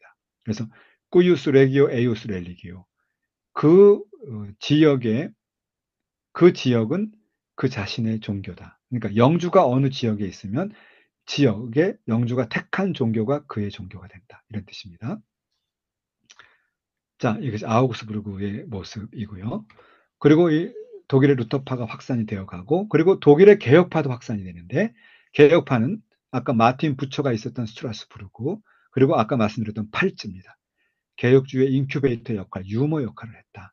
박해받던 개혁파들을 보호해준 역할을 했다. 거기서 하이델베르크 요리 문답서가 작성이 되었다. 이렇게 설명할 수가 있겠습니다. 자, 그러니까 독일의 종교개혁 아시겠죠? 독일의 종교개혁은 기본적으로 루터파가 북쪽으로 확산됐고, 이 중남부의, 중남서부의 하이델베르크 팔츠 지역에는 개혁파가 있었고, 이것이 다른 박해받는 개혁파의 유머 역할, 보호자 역할을 했다. 그 정도 이해하시면 좋겠습니다. 자, 그 다음은 영국입니다. 영국은 제가 제목을 미완과 급진 사이라고 했는데, 미완이라고 하는 것은 영국의 성공회입니다. 종교개혁은 했으나 종교개혁 같지 않은 느낌이, 애매한 느낌이 영국의 성공회 입장이고요. 그 중에 교수님, 급진, 네. 제가 시간을 잘못 얘기를 했어요. 몇 분까지입니까? 예, 8시 반까지 해도 돼요. 예, 아, 제가 그래요? 7시부터니까 100분 강의하면 어, 8시 반 그 에리아를 하시면 됩니다. 예? 아, 그렇군요. 그러니까 예, 서두르지 마시고 하여튼 차근차근 네. 다 하세요. 예? 네. 네. 그러면 그럼 제가 한국 시간으로 1시 반까지 되는 거죠? 네, 네, 네, 네. 네. 제가 뭐 갑자기 숨이 막혀가지고 아, 말을 예, 빨리, 시간 충분합니다. 네네, 천천히 좋습니다. 하시고. 천천히 네, 네, 하겠습니다. 네, 네. 여러분들 막 급하게 쫓아오시느라고 힘드셨죠? 이제 조금 여유 있게 하면. 자, 그러면 영국의 종교개혁. 영국은 영국 왕이 종교개혁을 한 것이에요. 성공회입니다. 그래서 왕이 종교개혁을 했기 때문에 굉장히 뭐랄까요? 좋게 말하면 위로부터 확실하게 하려고 했지만, 나쁘게 말하면 이거는 정치가 주도가 된 거죠. 복음과 말씀보다는 정치가 중심이 된 종교개혁이겠다. 그래서 미완의 종교개혁이라고 설명합니다. 자, 그러나 동시에 급진 종교개혁이라고 한다면 이것은 또 뭘 말하냐면, 아주 정말 이건 여기서 말하는 급진은 나쁜 의미의 급진이 아니고요. 이것은 굉장히 좀 진취적이다 이렇게 보시면 좋아요. 대표적인 것이 청교도죠. 청교도가 나올 수 있는 그런 보다 진취적인 종교개혁이 같이 진행된 것이 영국이다. 이렇게 말할 수 있습니다. 지도를 보시면 영국의 종교개혁은 이 지역이에요. 자, 보세요. 영국의 종교개혁을 보면 스코틀랜드는 파란색, 파란색은 칼빈주의죠. 장로교입니다. 그리고 여기 주황색으로 되어 있는 부분은 앵글리칸이죠. 성공회입니다. 그리고 여기 파란색은 역시 칼빈주의죠. 자, 보세요. 아까 제가 이 스트라스부르크에 있던 마틴 부처가 말년에 박해 때문에 케임브리지로 왔다 그랬죠. 바로 그 마틴 부처에 의해서 케임브리지의 칼빈주의적인 종교개혁이 뿌리 내립니다. 그리고 이 지역은 그냥 원래 카톨릭이죠. 그래서 영국이라고 하는 지역을 보면 굉장히 종파가 다양해요. 그래서 영국의 종교개혁을 말할 때 크게 우리가 두 가지를 기억하셔야 합니다. 첫째, 영국의 종교개혁사를 이해하기가 쉽지 않다는 겁니다. 자, 여러분들이 이제 종교개혁에 대한 자료를 한번 보이는데, 영국의 종교개혁사를 다룬 책이 아주 드물어요.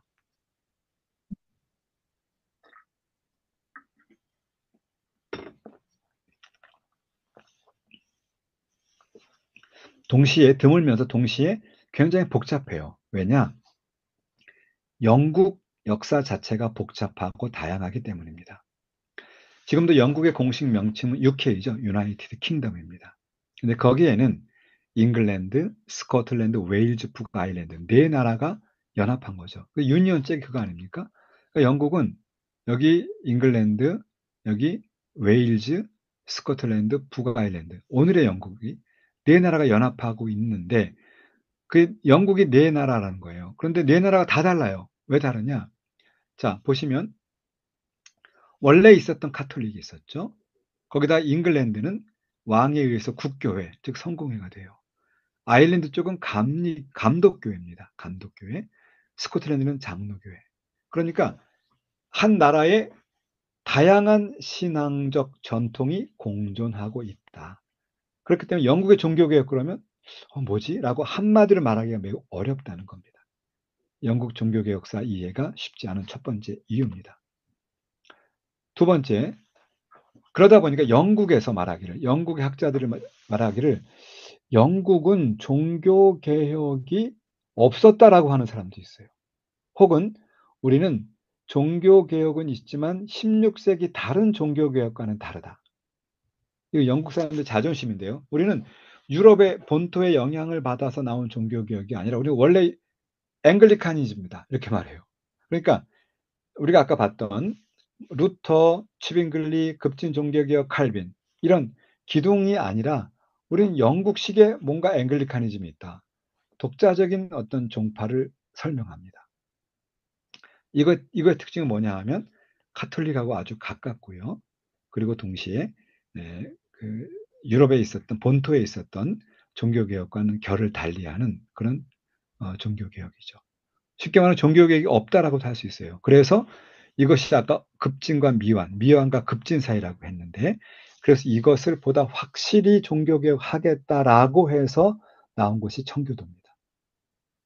청교도가 나올 수밖에 없는 세팅이 있었다.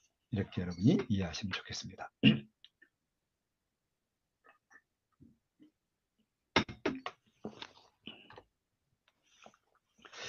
자, 그 다음에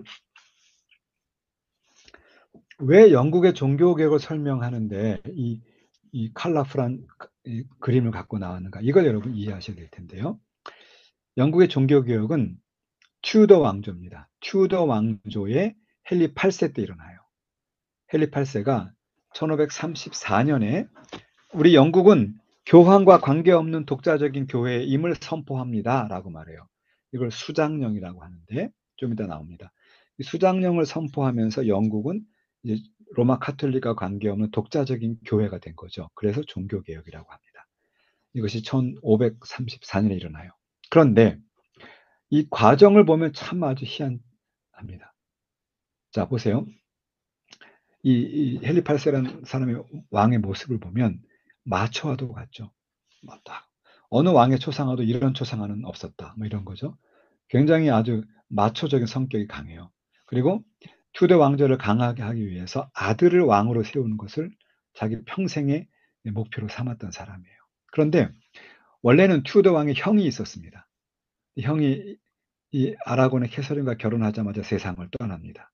그리고 나서 이제 원래 그게 불법인데도 그냥 워낙 당시는 스페인이 세계 최강국이었기 때문에 어떤 그런 영향력에 의해서 이 청산 과부로 보낼 수는 없으니까요. 이 어떤 협상과 이런 정치력에 의해서 이 헨리 8세가 돌아가신 형의 아내 형수와 결혼을 해요. 그러니까 사랑해서 한 결혼이 아니죠. 그래서 결국은 사랑은 없었을 것으로 보여지는데 어쨌든 그래도 아들만 낳으면 좋겠죠. 그러면 자기는 받아들였을 겁니다. 근데 딸을 낳게 됩니다. 그래서 그래서 이혼했. 결국 이혼을 하죠. 여러분 지금도 유튜브라든지 넷플릭스 같은 데 보면 이 헨리 8세나 메리 혹은 여기 앤 불린, 엘리자베스 이런 영화가 많이 있습니다. 검색 맞아요. 나와요. 예. 그만큼 이 역사는요. 아주 그 세계 역사에서도 가장 아주 드라마틱한 역사이기 때문에 모든 영화 제작자들 여기를 관심을 갖고 해요. 우리나라 말하면 장희빈이라든지 광해군 이런 거 영화화가 많이 되잖아요. 그런 것처럼 굉장히 드라마틱한 시대였고 거기에 따라 영국이 종교개혁으로 갔다 카톨릭으로 갔다가 뭐 왔다 갔다 하는 거예요. 그래서 굉장히 드라마틱한 시대였다. 그런데 근데 이제 그 시녀 출신의 앤 불린과 사랑을 해서 이 사람과 이혼을 하고 결혼을 합니다. 자, 그런데 이 이혼하는 과정이 아까 이혼할 때 교황이 이혼을 허락하지 않았어요. 왜냐? 스페인의 공주가 결혼했는데 그걸 정략 결혼했는데 이혼을 시키면 스페인과의 관계가 악화되니까 교황은 노 했어요. 그래서 그는 왕이 결국 교황과 단절을 하고 종교개혁을 선언하고 그리고 이제 두 번째 아내와 결혼해요. 그런데 이 엠블린과 결혼했는데 엠블린도 아들을 낳지 못해요. 그래서 그리고 여러 가지 뭐 그 구설수를 핑계 삼아서 자기 아내를 사랑했던 아내를 처형합니다. 굉장히 끔찍한 역사가 많아요. 여러분 광해군을 봐도 그렇고요. 그런 역사가 많이 있죠. 그리고 우리 그 사도세자를 봐도 영조가 자기 아들을 뒤주에 가둬 죽게 하잖아요. 이 역사를 보면 훌륭한 시대라 할지라도 항상 흑역사가 많이 있습니다. 자, 그래서 죽여버립니다. 그리고 이제 세 번째 역시 시녀 출신의 시모와 결혼해요. 그래서 이 헨리 8세 별명이 시녀 킬러, 시녀와 많이 결혼합니다. 그런데 이 결혼하는데 이 사람은 아들을 낳아요. 그런데 일찍 세상을 떠나고, 근데 여러분 왕의 초상화거든요. 왕의 초상화가 이렇게 나온다는 것은 뭘 뜻하냐 하면 역시 어릴 때 세상을 떠났다는 겁니다. 결국 헨리 8세가 세상을 떠나고 이 제인 시모의 아들인 에드워드가 왕이 되는데 그때가 10살짜리예요. 여러분 10살짜리가 국정을 수행한다는 것, 더군다나 이 정말 매우 불안정했던 영국을 통치한다는 것은 쉽지 않았죠. 그래서 섭정을 하게 되는데 마침 다행히 섭정하는 그 사람들이 전통적인 종교개혁 신앙을 가진 사람들이에요. 그리고 그에 의해서 아까 마틴 부처 말씀드렸는데 마틴 부처가 이 에드워드 6세 때에 바로 스트라스부르크에서 케임브리지로 온 겁니다. 놀라운 섭리죠. 그 잠깐 6년 사이에요. 에드워드 6세는 6년 동안 왕을 하고 그만 16살에 세상을 떠나요. 그래서 왕의 초상화인데 보통 이런 왕은 막 근엄한 모습을 보여주는데 에드워드 6세의 초상화는 청소년이 나온 이유는 16살에 세상을 떠났기 때문입니다. 그리고 이때가 에드워드 6세가 통치하는 6년이 영국 역사에서 가장 종교개혁이 아름답게 꽃피웠던 시대입니다. 그래서 마틴 부처도 왔었고요. 그리고 유럽의 모든 박해받는 사람이 다 영국에 몰려갔어요. 왜? 자유가 있으니까. 특히 네덜란드에서, 프랑스에서, 이탈리아에서 박해받던 많은 사람들이 영국 런던에 가서 그곳에서 신앙의 자유를 누리면서 하나님을 마음껏 예배할 수 있었던 그 시대예요. 그런데 그가 16살에 세상을 떠나잖아요. 청소년이니까 후사가 없지요. 누가 왕위를 이을 것이냐, 왕위 계승법을 따지니까 첫 번째 이복 누나였던 메리가 왕이 됩니다. 이게 유명한 블러드 메리, 피의 메리예요.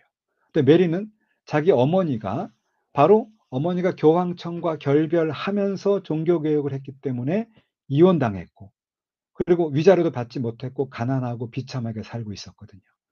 그래서 지금 메리 입장에서는 종교개혁, 성공회든 뭐 리폼들든 간에 종교개혁이면 이를 바득바득 알고 있었습니다. 왕이 되자마자 칼을 뽑아서 많은 성직자들과 성도들을 순교시킵니다. 수백 명이 순교를 당하고요. 그리고 피를 묻혔는데 그는 또 5년 동안 왕하고 세상을 떠나요. 나중에 그가 세상 떠나는 것을 아주 불행하게 죽습니다. 많은 종교개혁 목회자들을 그렇게 죽였으니 얼마나 불안했겠어요. 막 환상을 보고 막 무서운 악몽을 꾸고 그러다가 결국 세상을 떠나요. 거의 반미치광이 돼서 세상을 떠납니다. 5년 만에. 역시 후사가 없어요. 결혼을 제대로 안 했죠. 당시 스페인의 왕과 정략 결혼을 했지만 워낙 정서적으로 문제가 많고 사람을 많이 죽인 사람이 얼마나 성격이 괴팍하게 했어요. 결혼 생활 유지 안 되고 가버립니다. 그리고 그래서 결국은 그는 이제 자식 없이 독신으로 지내는데 그의 그의 동생 앤 블린의 딸이 엘리자베스가 여왕이 되는데 이게 대단한 사건이에요. 이 엘리자베스는 약 43년에서 44년 동안 영국을 통치하면서 영국을 세계 최강국으로 만드는 기초를 놓은 사람이에요. 엘리자베스 1세를 우리나라 세종대왕과 비교합니다. 세종대왕처럼 국경도 거의 대동강이 아니라 그 두만강에 가까이 갔죠. 김종서를 통해서. 그리고 한글을 창제했죠. 문화를 꽃피웠죠. 조선의 최초의 전성기를 열었던 것이 세종대왕이라면 영국에는 엘리자베스 1세입니다. 이때 유명한 세익스피어도 이때 활동했었고요. 세익스피어를 후원한 사람이죠. 그래서 여기는 6년, 5년 짧은 단명한 왕이 아니라 43년, 4년을 왕으로 지내면서 영국을 든든한 나라로 세웠다. 어떻게? 그 아버지. 자, 엘리자베스의 어머니가 왕비가 될 수 있었던 것은 그의 첫 번째 그 왕비와 이혼을 했어야 됐고 그것은 종교개혁이라고 했죠. 그러니까 엘리자베스는 태생적으로 앵글리칸 교회를 강화시켜야만 자신의 왕자가 든든한 거예요. 그래서 이제 그는 그렇게 했다. 그래서 이제 성공회를 든든하게 세우는 사람입니다. 자, 그래서 영국 상황을 보면 종교개혁 시대를 보면 왕이 추진하는 종교개혁 성공회가 있고 국민의 대표인 의회를 중심으로 역시 상공업에 중사하는 부르주아 계층, 젠트리를 중심으로 청교도가 발달하게 됩니다. 그리고 이 왕과 청교도가 나중에 전쟁까지 했어요. 1600년대에 가면 40년대, 1640년대에 가면 전쟁까지 일어나요. 내전이죠. 시빌워가 생깁니다. 그런데 이 자체가 성공회와 청교도는 사실 17세기지만 여기서 제가 굳이 집어넣은 이유는 이 급진적인 종교 개혁의 후예가 청교도이기 때문에 이렇게 했습니다. 이 전체가 영국의 종교 개혁이에요. 그러면 종교 개혁 반대편에 있는 것은 교황과 몰락하는 귀족이다. 이렇게 설명할 수 있겠죠. 자, 그 다음에 그러면 영국 성공의 틀을 보면 왕이 교회의 수장이에요. 그래서 수장령입니다. 헨리 8세와 엘리자베스 1세. 왕이 교회의 수장이다. 국가교회 형태입니다. 그래서 여러분 가운데 혹시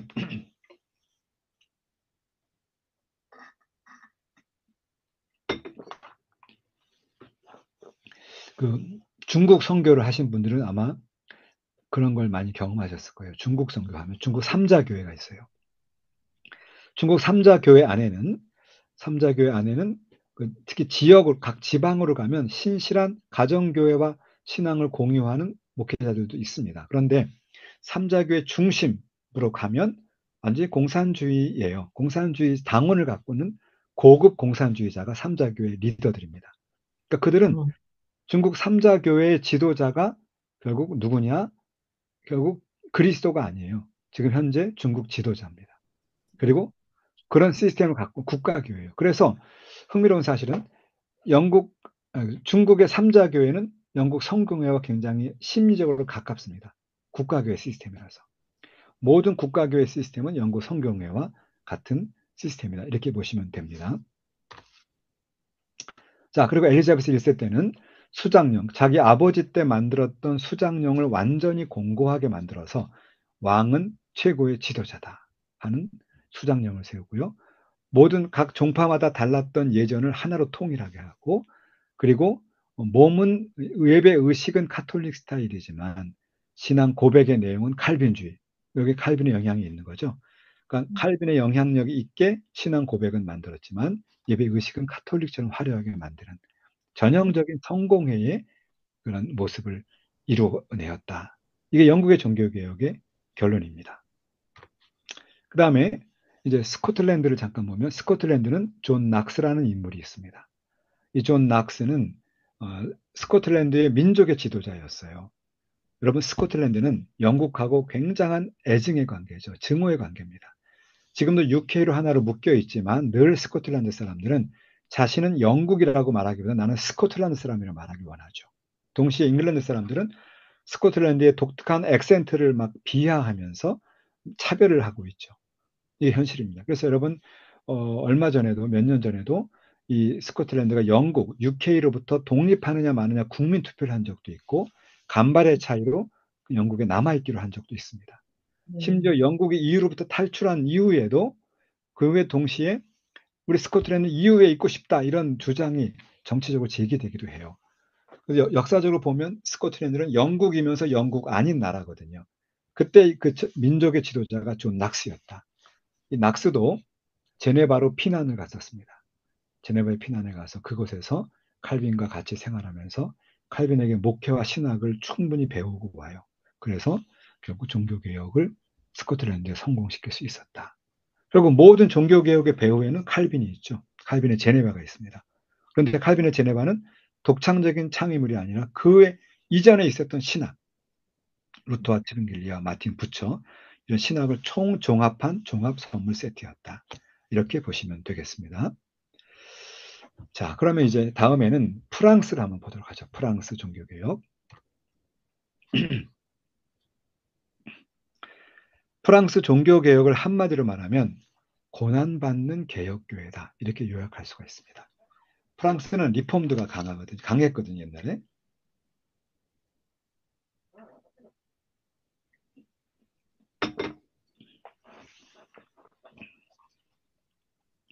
리폼드라고 하는 것은 개혁교회인데 왜 그러냐 하면 칼빈의 영향력이에요. 칼빈은 프랑스 사람이었지 않습니까? 그리고 같은 불어권 제네바에서 사역했고 그때 제네바에 많은 프랑스 난민들이 왔었고요. 와서 칼빈이 세운 제네바 아카데미에서 많은 분들이 공부를 했습니다. 공부를 하고 그들이 다시 자기 조국 프랑스로 돌아가서 교회를 세우는 거예요. 놀라운 사실은 박해받는 중이었거든요. 이걸 약간 여러분 이해하기 쉽게 설명드리면 북한에 있는 북한의 지하교회 성도가 신앙의 자유를 위해서 탈북을 했습니다. 와서 남한에서 뭐 총신이든 장신이든 어떤 합신이든 어디서 공부를 했어요. 신학을 공부한 다음에 다시 북한으로 돌아가서 지하교회 목회를 하는 거죠. 바로 그런 식이에요. 그러니까 대단한 헌신이죠.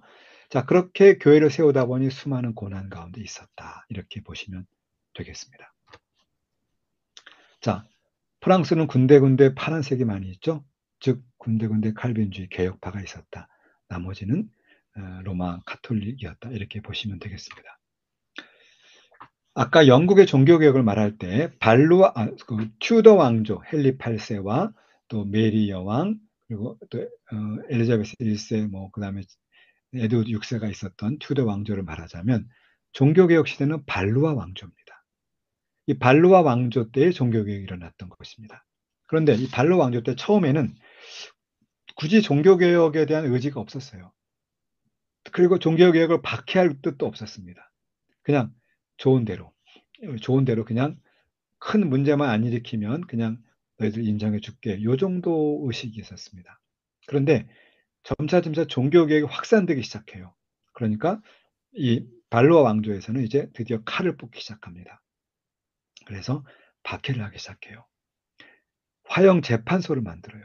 자, 이게 무슨 뜻입니까? 그러니까 종교개혁을 한 것이 인정이 되고 종교개혁 목회자라는 것이 확인이 되면 잡아다가 화형을 시키자는 거죠. 이것이 화양? 화형입니다. 화형. 아, 이거 오타입니다. 쏘리. 오타. 화평이 아니라 화형 재판소. 예, 오타니까 여러분 곧 수정해 주세요. 화형 재판소입니다. 그러니까 잡아다가 불에 태워 죽이는 거예요.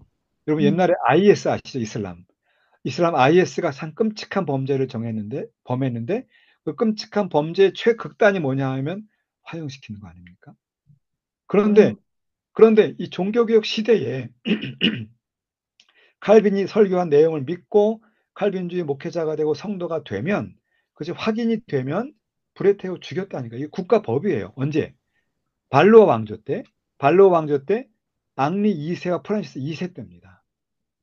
여러분 그래서 서양 사람들이 여러분이 살고 계시는 뭐 미국이나 스위스도 그렇고 유럽도 그렇고 굉장히 참 인권을 중시하잖아요. 인권을 중시하고 매우 참 뭐랄까요? 참 우아한 나라이지만 그런 면이 있어요, 분명. 그런데 그 이면에 들어가면 흑역사가 많습니다. 특히 많은 박해를 받았던 그룹이 누구냐? 리폼드, 개혁파하고 제세례파가 가장 박해를 받았어요. 제일 박해받은 것은 제세례파, 두 번째로 박해받은 것은 리폼드입니다. 개혁파가.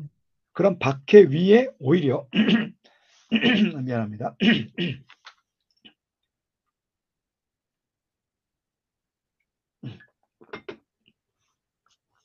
그럼 박해 위에 프랑스 교회는 세워지고요.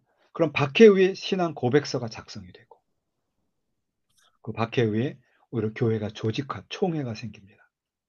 아멘. 그래서 그 초대교회에 터툴리안이라고 하는 교부가 있습니다. 그분이 그런 말을 했어요. 교회는 순교자의 피 위에 세워진다. 근데 그렇습니다. 순교자들의 피 위에 교회가 세워져 가요. 여기서도 프랑스도 순교자 위에 교회가 세워져 갑니다. 자, 그 박해를 받게 되니까 이제 프랑스 칼빈주의자들인 위그노가 결집을 합니다. 결집을 해서 우리가 한번 신앙의 자유를 획득해 보자라고 하게 되는데 협상이 깨어져요. 협상하는데 깨어져요. 깨어지고 나니까 부하시오단 회담입니다. 회담을 했는데 깨어지고 울트라 초강경 극우파 카톨릭주의자들이 칼빈주의자들이 예배하는 곳에 가서 그들을 그냥 덮칩니다. 그래서 다 죽여버려요.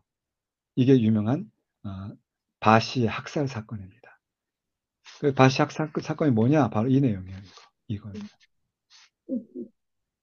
1562년에 바시라는 곳에서 예배드리던 우리 개혁파 성도들을요, 칼로 중무장한 프랑스 군대가 들어가서 죽여버려요. 검은 옷 입고 있던 사람들이 개혁파입니다. 개혁파는 주로 검하고 전략했기 때문에 주로 검은색 옷을 많이 입었어요. 도망가는 사람도 다 잡아다가 다 죽이고 막 그렇습니다. 그리고 더 나아가서는 이제 그 양쪽 파, 리폼드파와 그러니까 종교개혁파와 카톨릭파가 우리 그러면 서로 타협하자. 결혼 정책을 합니다. 그래서 그 리폼드의 왕자였던 그 앙리 4세로 불려지는 앙리와 그리고 카톨릭의 왕자였던 마가렛 공주 이 두 네, 사람을 공주시켜서 우리가 이들을 통해서 우리가 종교적인 어떤 화평을 이룩하자라고 했는데 그런데 그 결혼식 피로연 때 또 역시 수많은 리폼드주의자들이 학살당하는 성 바돌롬의 학살 사건이 생깁니다. 성 바돌롬의 학살 사건이에요. 아주 파리에서 시작해서 전 유럽에서 많은 사람들이 학살당하는 모습입니다. 이 그림은요, 제네바에 있는 종교개혁 박물관에 있는 그림입니다. 보시면 여기 어린아이를 포함한 임신한 사람들까지 그리고 어린아이들까지 다 죽인 시체를 끌고 다니고요. 제가 여러분에게 참 설명하기 참 이건 끔찍할 정도로 많은 사람들이 학살을 당하고요. 이 사람이 누구냐면 이 사람이 그 까트린 디 메디치라고 해서 당시 그 왕의 어머니예요. 섭정하던 사람이에요. 근데 그 사람은 손에 보면 살생부가 있어요. 꼭 죽여야 할 사람 명단이 있습니다. 그리고 시체들 중에 그 사람이 죽었는지 하나하나 체크하고 있고요. 또 지도자는 왕에서 떨어져 내려서 죽고 있습니다. 이것이 그 당시에 프랑스의 칼빈주의자들이 박해받던 생생한 모습이고요. 이 내용은 여러분이 일반 기독교 영화는 아닙니다. 일반 영화인데 여왕 마고라는 영화에 보시면 이 내용이 나와 있습니다. 어쨌든 그 안에도 이제 이런 우여곡절을 거쳐서 앙리 4세, 영어로는 헨리고 또 독일어식은 하인리라고 하죠. 불어식은 앙리입니다. 앙리 4세가 왕이 되는데 이 사람도 결국 나중에 암살을 당합니다. 자, 그래서 결국 무슨 뜻이냐? 프랑스 종교개혁은 프랑스의 위그노들이 결집해서 열심히 노력해서 교회를 세워갔지만 가혹한 박해 끝에 결국은 교회가 무산이 됩니다. 그럼 어떻게 되느냐? 이 위그노들이 다 유럽으로 확산돼 가요. 스위스로, 독일로, 동유럽으로, 네덜란드로, 영국으로, 아일랜드로, 미국으로, 남아공으로. 그래서 마치 스데반이 박해를 받고 나서 유대인들은 더 이상 예루살렘에 있지 않고 각지로 흩어진 것처럼 더 이상 프랑스 땅에는 위군노는 없지만 그러나 각지로 흩어져서 종교개혁 신앙을 지켜나가고 있었다. 이렇게 정리할 수가 있겠습니다. 그 다음에 세 번째 네덜란드 종교개혁입니다. 이 네덜란드라고 하는 나라는 우리가 지금 독일을 봤죠. 네 번째네요. 우리가 독일을 봤죠. 영국 봤죠. 프랑스 봤어요. 종교개혁. 마지막 네덜란드 종교개혁. 이 네덜란드라고 하는 나라는 영국의 유럽의 영국, 프랑스, 독일, 유럽의 강대국 속에 끼어 있는 나라였습니다. 심지어 한때는 독일의 한 부분이었어요. 신성 로마 제국의 한 부분이죠. 자, 또 다른 각도에서 보시면 네덜란드는 대륙 세력, 이 프랑스와 독일, 오스트리아 같은 대륙 세력과 영국과 이 스칸디나비아 반도와 같은 해양 세력, 이 두 세력이 충돌하는 지역이에요. 마치 우리 한국과 비슷하게 생각합니다. 한국도요, 러시아와 중국이라고 하는 대륙 세력과 일본, 그리고 저 바다 건너 괌이 있죠. 그리고 바다 건너 하와이가 있죠. 미국이 있습니다. 태평양에. 그래서 해양 세력과 대륙 세력이 만나는 중심에 한국이 있기 때문에 늘 한국을 얘기하면 늘 러시아가 끼어들고 중국이 끼어들고 일본이 끼어들고 미국이 끼어들죠. 그럴 수밖에 없는 것은 지정학적 위치에 있습니다. 네덜란드와 우리나라는 유사한 점이 매우 많습니다. 네덜란드는 유명한 풍차와 튤립의 나라죠. 그리고 여러분이 아시는 렘브란트의 야경꾼, 렘브란트와 같은 시인, 화가, 왜 시인이 나오네요, 화가. 그리고 페르미어와 같은 유명한 화가가 많은 나라인데, 이 나라는 역사적으로 보면 이게 1470년대 지도인데요. 15세기죠. 보면 불어를 사용하는 남부와 화란어를 사용하는 북부가 있고요. 그 중간에 굳이 더 세분하자면 프랑스어라고 하는 프란더어를 사용하는 네덜란드가 있어요.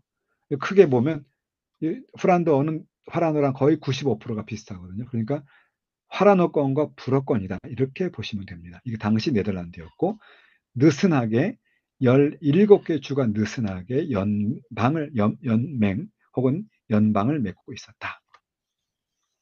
그런데 이 네덜란드는 종교개혁 이전부터, 아까 제가 기억납니까? 우리가 그 르네상스를 말할 때 북유럽 르네상스는 성경에 근거한 교회를 세우려고 했다. 이게 근대적 경건이에요. 북유럽 르네상스. 이 영향이 원래 있었고요. 칼빈과 네덜란드의 가족적인 관계, 그리고 많은 칼빈주의자들이 제네바에 와서 칼빈에게 공부하고 네덜란드로 돌아가요. 그래서 네덜란드 교회를 세웁니다. 자, 바로 이거죠. 칼빈의 네덜란드 제자들이에요. 브레 같은 인물도 네덜란드의 인물인데, 불어권 네덜란드 사람인데 제네바에 유학을 해서 공부하고 자국 교회를 선교합니다.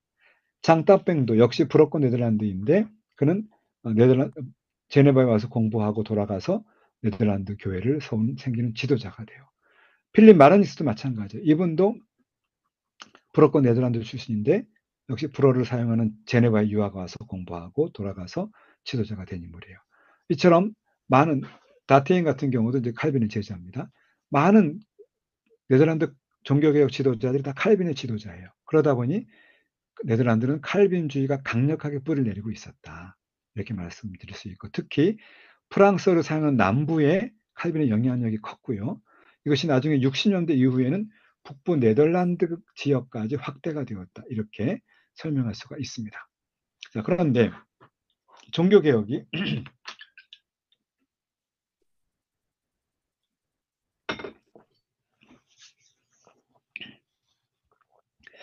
네덜란드 종교개혁이 구체적으로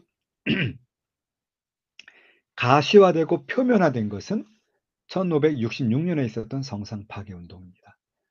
당시 예배당 안에 있었던 모든 우상, 마리아상, 베드로상, 이런 모든 우상들을 다 제거하는 운동을 해요. 이것이 아주 가시화된 종교개혁의 표현이었다, 이렇게 말할 수가 있겠습니다. 자, 그 가운데 제가 여러분에게 소개해드리고 싶은 네덜란드 종교개혁자가 한 명 있어요. 바로 드브레라는 분입니다.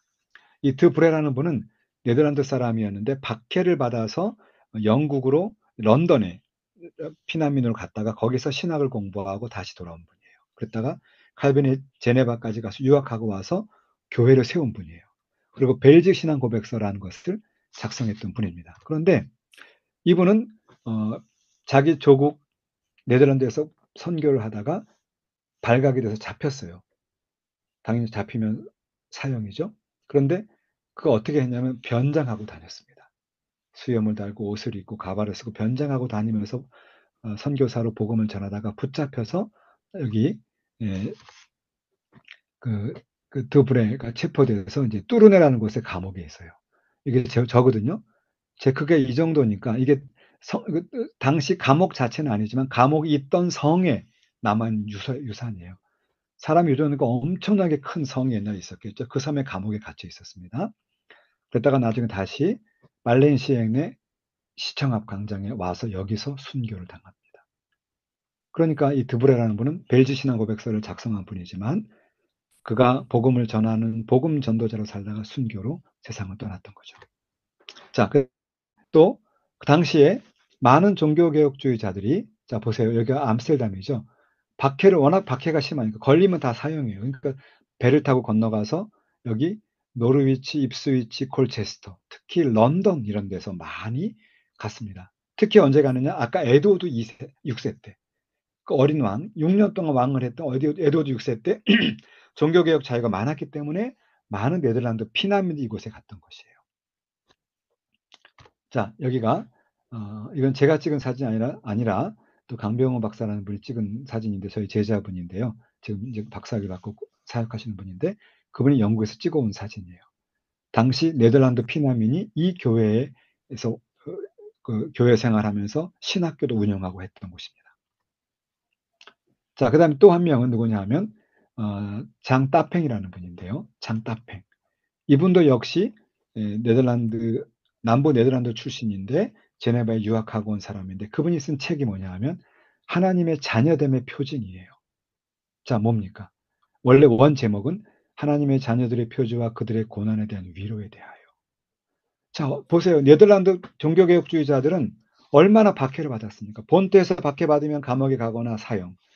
피난민으로 가면 그냥 갑자기 거지가 된 거예요. 거지가 되어서.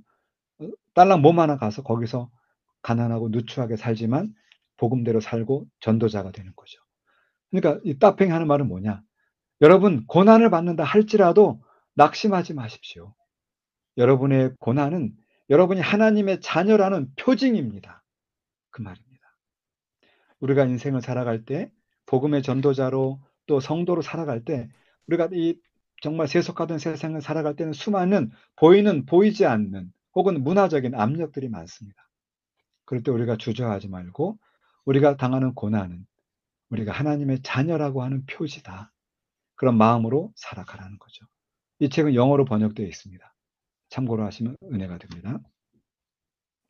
자, 그 다음에 이게 그 당시에 1563년에 네덜란드에서 순교당하는 성도들의 모습이에요. 이게 한두 명 지도자가 그런 것이 아니라 많은 성도들이 이렇게 하나님 앞에서 순교했습니다. 1564년. 이 그림들은 어디에 나오냐면요. 이 책에 나오는 그림이에요. The Marks of God's Children. 이 책에 나오는 하나님의 자녀의 표징. 모습입니다. 자, 그런데 그런 박해 속에 오히려 교회가 세워져 가요. 그래서 이 영국으로 그리고 엠던으로 피난 갔던 피난민들이 모여서 엠던에서 총회를 하게 됩니다. 이게 엠던 총회입니다. 엠던 총회를 해서 하는데 이 배 하나예요. 이 배를 타고 한 6, 7시간 가야 엠던에 도착합니다. 목숨 건 항해를 거쳐서 엠던에 도착해서 거기서 그들은 총회를 하고 네덜란드 개혁교회를 세웁니다. 그 총회가 모였던 장소고요. 그 총회에 참석한 사람들은 주로 네덜란드 본토와 피난민, 여기 본토에 박해받는 자, 그리고 피난민자, 이 두 부류가 모여서 총회를 해요. 그럼 되게 특이한 것은 총회를 하는데 그들이 이제 갖는 모토가 뭐냐 하면 제1조입니다. 1조가 교회 위에 교회 없고, 목사 위에 목사 없고, 장로 위에 장로 없고, 집사 위에 집사 없다. 이거 뭘 말하냐면 우리는 하나님의 성도다. 그리고 우리의 모든 것들은 하나님의 질서대로 간다. 그런 뜻이에요. 그래서 각각 맡은 역할대로 충성하면서 군림하거나 혹은 독재하지 않고 그리스도의 몸을 이루어가는 유기체적인 교회를 세운 겁니다. 그래서 이때 각 개교회가 있고 노회가 있고 총회가 되는 것이 1571년에 총회가 세워진 것입니다. 자, 그 다음에 그러면 이것이 나중에 어떻게 결론으로 나가느냐? 아까 있었던 것은 바시 학살 사건이라고 한다면 76년에는 또 다시 당시 네덜란드, 지금은 벨기에입니다. 당시 네덜란드 안트베르펜은 아주 최고의 상공업지대였거든요. 여기 스페인 군대가 들어가서 또 그렇게 학살을 해요. 그때 헨트 평화회의라는 것이 생기는데요. 우리는 여기서 신앙의 자유를 주겠다는 것이에요. 이것이 헨트 평화 협약입니다. 그리고 나서 그들이 네덜란드 사람들은 7개의 공화국을 세웁니다. 세일란트, 브라반트, 헬더란트, 우트레크트, 홀란드, 그리고 프리슬란트, 드렌터 이런 여러 주들이 모여서 연방 공화국을 세우고요. 그래서 네덜란드가 근대 국가로 발전합니다. 그리고 1618년에서 19년에서는 여기 그 뭐죠? 여기 흐로또 교회라는 데인데요. 이 교회 도르트에 모여서 총회를 합니다. 이 총회가 모인 이유는 아르미니우스 논쟁이었어요. 호마노스와 아르미니우스 논쟁 끝에 도르트 총회가 모여서 중요한 회의 결정을 합니다. 벨직 신앙 고백서를 공인하고 하이드베르크 요리문답을 공인하고 도르트 신경을 만드는데 이때 3대 일치 신조가 생기는데 그게 바로 뭐냐 하면 칼빈주의 5대 교리입니다. 한마디로 말하면 하나님 우리를 택하시면 끝까지 포기하지 않고 우리를 구원하신다. 이 예정 교리를 여기서 완성을 하게 되고요. 그리고 네덜란드는 전 세계로 나가는 이제 17세기에는 세계 최강국이 되어서 또 전국마다 확산돼 가는 것을 전국 세계로 확산되는 것을 볼 수 있습니다. 자, 그러면 결론을 맺을게요. 자, 아까 우리가 보여드렸죠, 제가 리폼 여기 로마 카톨릭을 벗어나는 순간 종교개혁이다. 성공해 루터파, 리폼드, 급진 종교개혁이 있었다. 이해가 되시죠? 지도자로 말하면 루터가 있고 치빙글리가 있었고요. 마틴 부처가 있고 모든 것을 종합한 저수지와 같은 큰 저수지와 같은 칼빈이 있었다. 이렇게 말할 수 있고 그리고 결국은 여러분 종교개혁사도 시작이고 끝이 있어요. 16세기에 종교개혁이 일어나서 17세기 그러니까 1600년대 중반기에 끝나는데 그걸로 끝났으나 역사는 끝나는 게 아니라 근현대 시대를 거쳐서 주님이 다시 오셔서 영광스러운 하나님 나라를 완성시킬 때까지 하나님의 나라는 진행이 될 것이다. 그러니까 종교개혁 역사는 끝난 것이 아니다. 종교개혁의 그 정신, 오직 성경, 오직 믿음, 오직 은총의 그 정신은 지금도 신실한 성도들에 의해서 때로는 성공적으로, 때로는 박해 속에서 하나님 나라가 완성될까지 진행될 것이다. 그러므로 종교개혁은 지금도 계속되고 있다라고 제 강의를 마무리하겠습니다. 아멘. 네, 아멘. 아, 감사합니다. 네. 예, 감사하네요. 너무 예, 재밌게. 다들 이제 내려주시고요. 네. 예, 화면을 켜시고, 예, 아이고, 감사합니다, 네. 교수님. 예, 오늘 장시간 수고하셨습니다. 강의를 하여튼 요약해서 이제 핵심을 잘 얘기해 주셨습니다. 우리 네, 역사는 너무, 반복된다 그러잖아요, 그죠? 네, 예, 정말 현재와 미래를 볼 수 있는 거울이 역사 아닙니까?